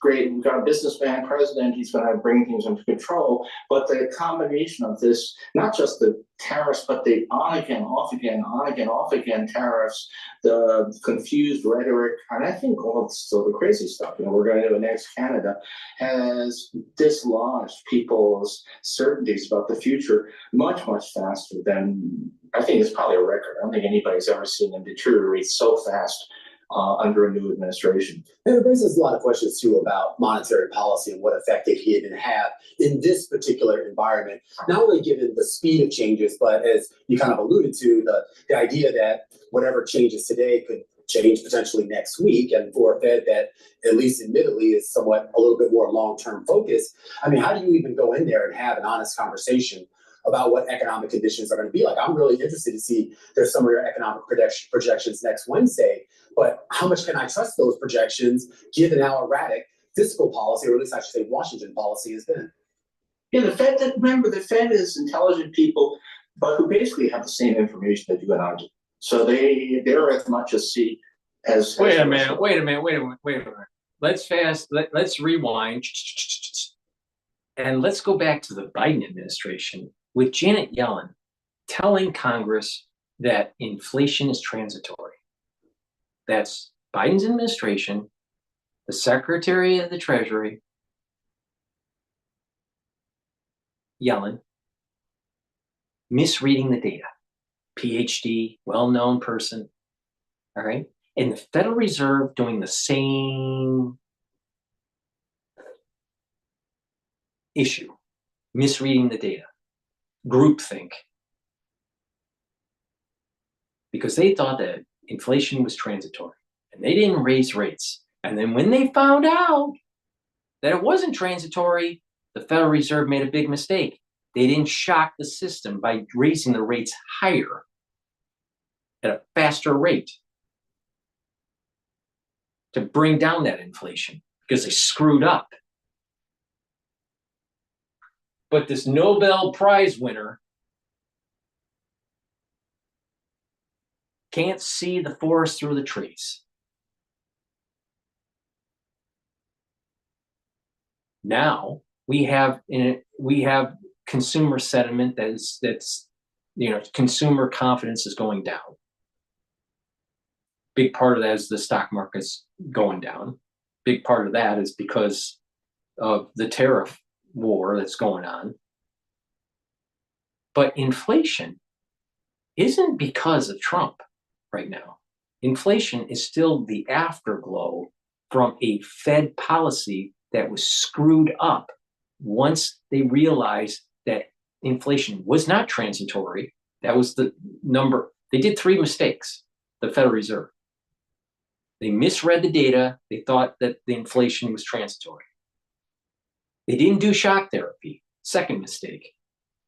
They should have done what Volcker would have done, but they didn't. So Powell screwed up the second time. And then the third mistake is in 2024, they cut rates when unemployment was below 5% and inflation was above the 2% target. Another screw up. 3 screw ups, and that led to the inflation afterglow that we have right now. Not because of tariffs. That's horseshit. But consumer confidence definitely could go down because of what they're seeing with the stock market. And that is tariff-based. But inflation, the price of your eggs, the price of your milk, those are policies that the Federal Reserve failed on. Now, with the whole eggs and milk, that's also tied with H1N1, H5N1. So that's bird flu issue, right? But the price of goods and services being that are above normal levels, those are based on 3 mistakes the Federal Reserve made: misreading the data, not doing the shock therapy, and cutting rates too quickly in 2024. And now we got a problem. And that's the real, but clown here thinks you can just print money to infinitum and everything's going to be copacetic. And one thing that I think is special is that the uncertainty is on again, off again. Who knows what actually, what's going to be posted on Truth Social tomorrow, is itself a force depressing the economy. I mean, suppose you're a business trying to decide on between 2 investments. One of those investments makes sense if we are actually going to have 25% tariffs. The other makes sense if we don't have 25% tariffs. And if we don't... Wait, let's get this straight. Let's get this straight. If you're buying domestically your source material, if you're selling domestically, you don't have a tariff problem. Now, that's tariff related. Now, you also make business decisions based on consumer behavior. And if the consumer behavior may be shifting gears and slowing down their consumption, then that's a different story. But in the bubble of tariffs, if you're a business in the United States and your materials are all domestic and you're selling domestically, what's the issue? Isn't this about localization, not globalization? Isn't that the whole point? Isn't that the whole point? Either reciprocal trade or localization?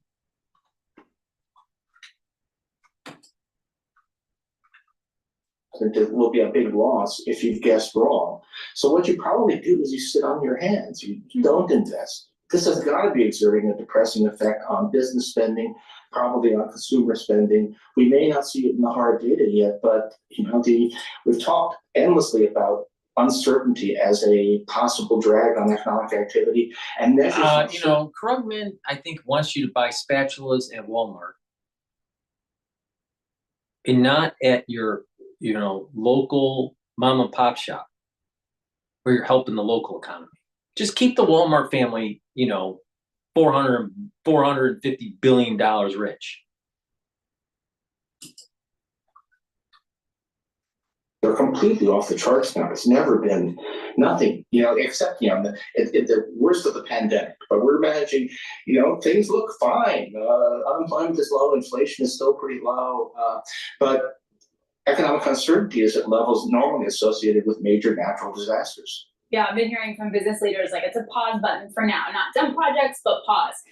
Just drilling down into tariffs a little bit here. What part of the rebalancing of the trade routes and the trade balance do we need to actually address? What's legit here? It's not at all clear that there's really a problem. I mean, for the most part, the U.S. runs a trade deficit. It's the counterpart of capital inflows. It's the arithmetic. If foreigners are investing in your country, then you have to run a trade deficit. And for the most part, you know what? This is the reason why I don't like Krugman, right? He thinks in a bubble, right? And this is the problem with many people that have gained notoriety in their field, but just don't have common sense and they don't have experience in multiple fields, all right?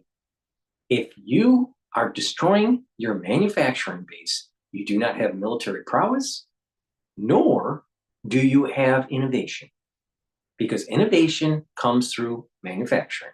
You got to design and build stuff to have innovation, right? You can't just ship it overseas because all that innovation is taking place somewhere else, all right? More jobs are created here. So it's really important to maintain our manufacturing base.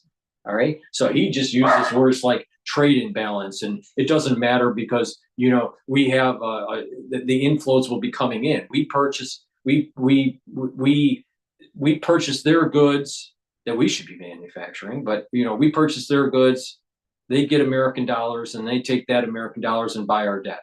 Well, again, why do we have to have a debt? Why do we keep on spending what we don't have? Why are we wasting so much according to what Doge is coming up with? I should look at the Doge clock. I haven't looked at it in a while.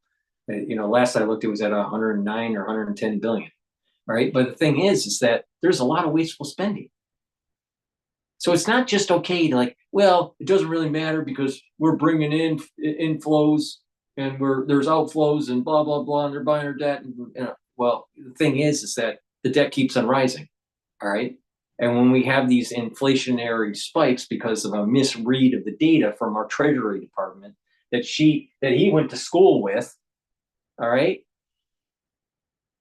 how does the average person navigate their life when the experts screw up?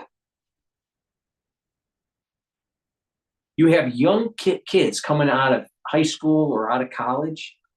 All right, where are they going to get the jobs? Where are they going to plug in when the jobs are shipped overseas? Or there's labor arbitrage that's taking place with these countries because they create a higher tariff for our goods, and so we can't sell overseas. You find that fair? I mean, reciprocal trade is fair trade, all right? That's what it should be. Fair trade, not free trade, all right? Free trade only makes rich people richer.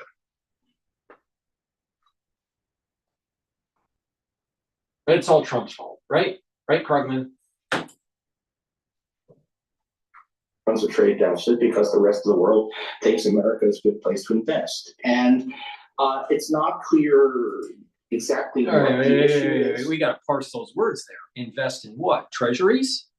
Or FDI investment coming overseas and building in the United States? Isn't the whole point of the tariffs is to force companies to do FDI and not to buy US treasuries? Isn't it the whole point of Trump? So which investment are you talking about, Krugman? See, this is the point I'm making. This is that he's not logical. He's not rational. He's only saying one piece of like a socialistic plan, a takeover of America. Now, maybe I'm a little bombastic about this, but the point is, I've lived long enough to realize that people like him are fucking up America.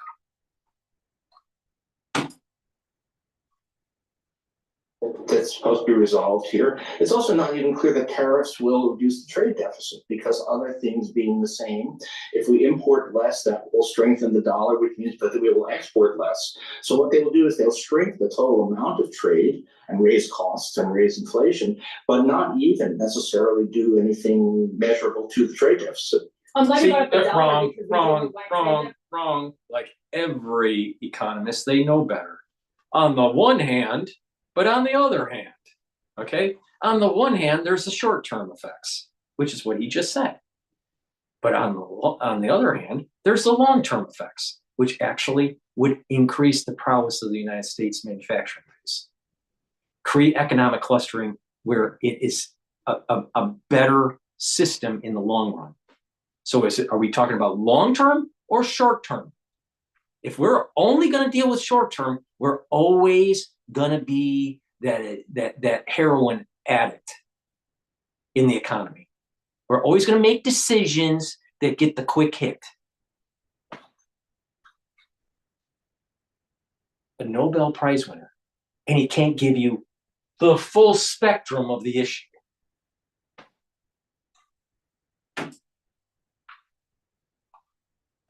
Yet the dollar still remains strong, and that's not counting any of the issues that we're putting on here. Is that a problem, and what do we do about that? Well, again, if we're at full employment, and and we are at least for the moment still. There's some hints of weakness, but a full employment economy, it's not clear why a strong currency is a problem. I mean, back when we were a depressed economy in the aftermath of the financial crisis, then the strength of the dollar was a problem. But right now, he's right about that. He's right about that part of it. That I agree with. All right, but there's a caveat, comma. We're at full employment with inflation. That means that you have data points that are suggesting that the Federal Reserve needs to raise rates. Now, when you raise rates, theoretically, which the market doesn't do, but theoretically, it would mean that the dollar would increase.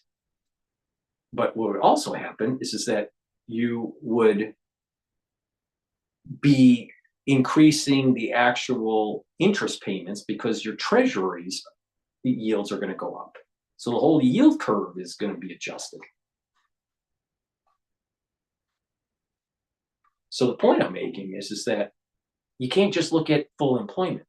Actually, it's not just full employment, it's overemployed. All right. The natural unemployment rate should be at 5%. If you are below 5%, chronically, and you are above 2% inflation, that's a problem. That's a problem. You got a heated economy. All right. But no one wants to pay attention to that. So the issue isn't really the value of the dollar. The issue is, why is the Federal Reserve not listening to the metrics? And those metrics are too many people are employed with a higher inflation. So you need to actually cut people.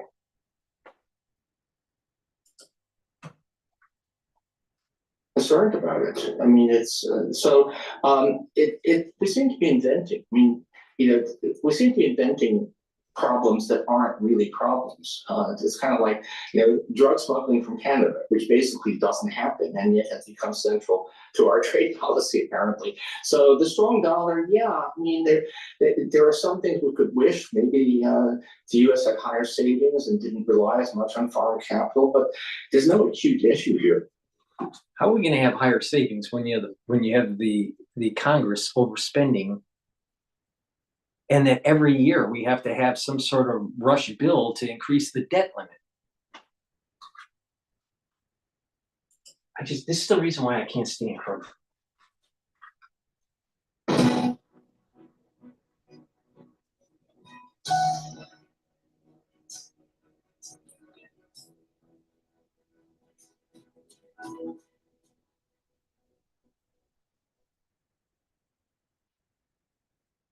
All right. Well, that was crummy.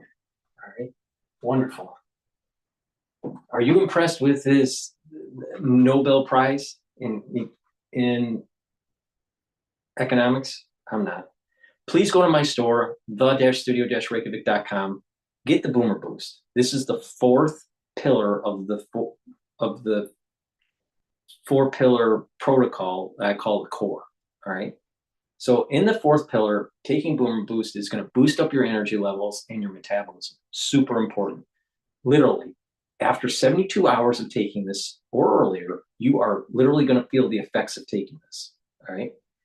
Your energy levels are going to boost up, and it's not going to be spiked. It's going to be a slow burn throughout the whole day. All right. There's no spiking of energy. All right. Like with an energy drink or anything like that. This is slow burn throughout the whole day, and it's continuous. You'll sleep better. All right. And it's targeting a lot of different systems. It's targeting your cardiovascular system. All right. So that's helping with your vascular, your blood vessels and your vascular system, but also your heart. All right. So it's cardiovascular health. It's going to help with muscles. All right. And help with strength. It's going to help with brain health. So it's going to help with the health of your neurons and memory. It's going to help with sleep. That's really important. All right. And again, it also boosts up the cellular metabolism and your energy levels. It has 68 nutrients. This is a very comprehensive powder. All right. Just go to my store and take a look at the label. But this has all the ingredients that you need to really supercharge your health. All right. You take 1 scoop a day. You either take it in the morning or at lunchtime. This is your meal. You mix it with soft foods like hummus, yogurt, maybe even applesauce, something like that. Or just mix it with filtered water. Some people make a shake, like a smoothie. Some people add it with milk. It's up to you. All right. But take it as your breakfast or your lunch. Now, this container is 1 month's supply for an individual. I guarantee you the cost of this 1 month supply is cheaper than your breakfast or your lunch that you're typically paying for a month. And you're going to lose weight. All right. And you're controlling your sugar levels. All right. So take this every day, boost up your energy levels, help with your heart health, help with your vascular system health, help with your brain health, help with your musculature health. Take the Boomer Boost every day. Now, if you work out, use this as a pre or post-workout fuel source. All right. And what you're going to notice is that you're going to actually recover quicker, and you have all the ingredients to help to perform better for your sport. I wish this was available when I was doing triathlons back in my 20s. All right. It wasn't. This is very powerful stuff. All right. Now, it works even better when you stack it with the Gladiator barley or the heirloom barley. Now, what's the differences? The differences for the heirloom barley and the Gladiator barley are this. Heirloom barley will help to detoxify your body, reduce inflammation, and soak up free radicals through the superoxide dismutase. Gladiator barley will do all of that, but it also will help to build up strength. All right. So if you are trying to build muscle, taking Gladiator barley is really important. Now, the barleys are high density protein. All right. The barley that's in here is very nutrient dense versus what the barley you would get at a grocery store. So you can't get something like this at a grocery store. All right. Some people would say, well, I'll just eat barley. Wrong. The barley that you're eating in a grocery store doesn't have that much nutrition. This is heirloomed. So it has high nutrition. It's high density protein. You take a half a scoop or a full scoop a day. All right. You can take it separately. All right. And do that every day. But it works much better when you stack it with Boomer Boost. All right. So you're getting the high density protein. You're getting all the nutrients you need for your body. And what you're going to notice when you're working out, that you are building up muscle, you're recovering quicker, you're having more energy, you just have more vitality. There's a little bit more energy in your step. All right. And you literally, I know this sounds kind of, that it sounds like hyperbole, but you literally feel like you're younger. Like you want to just go and run, or you just want to go, when you're younger, you just you just have all this bundled up energy and you just want to go outside and play around or whatever, ride your bike or play baseball or whatever, right? You just have all this energy that's bundled up in you. That's what happens. And I'm not kidding. You start feeling that in 72 hours. Okay. And it's a healthy energy level increase. It's not like a spike of energy when you take an energy drink. That stuff's terrible for your liver and terrible for your vascular system, right? But this stuff is really healthy for you, all right? So if you're working out, you're going to see huge gains. Now, it stacks really well with Myotrol. If you want to get the max benefit of getting, super built up and healthy and really increase your performance in a sport, all right?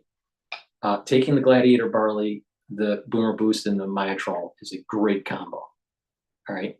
Now, you can buy these separately. You can take them separately.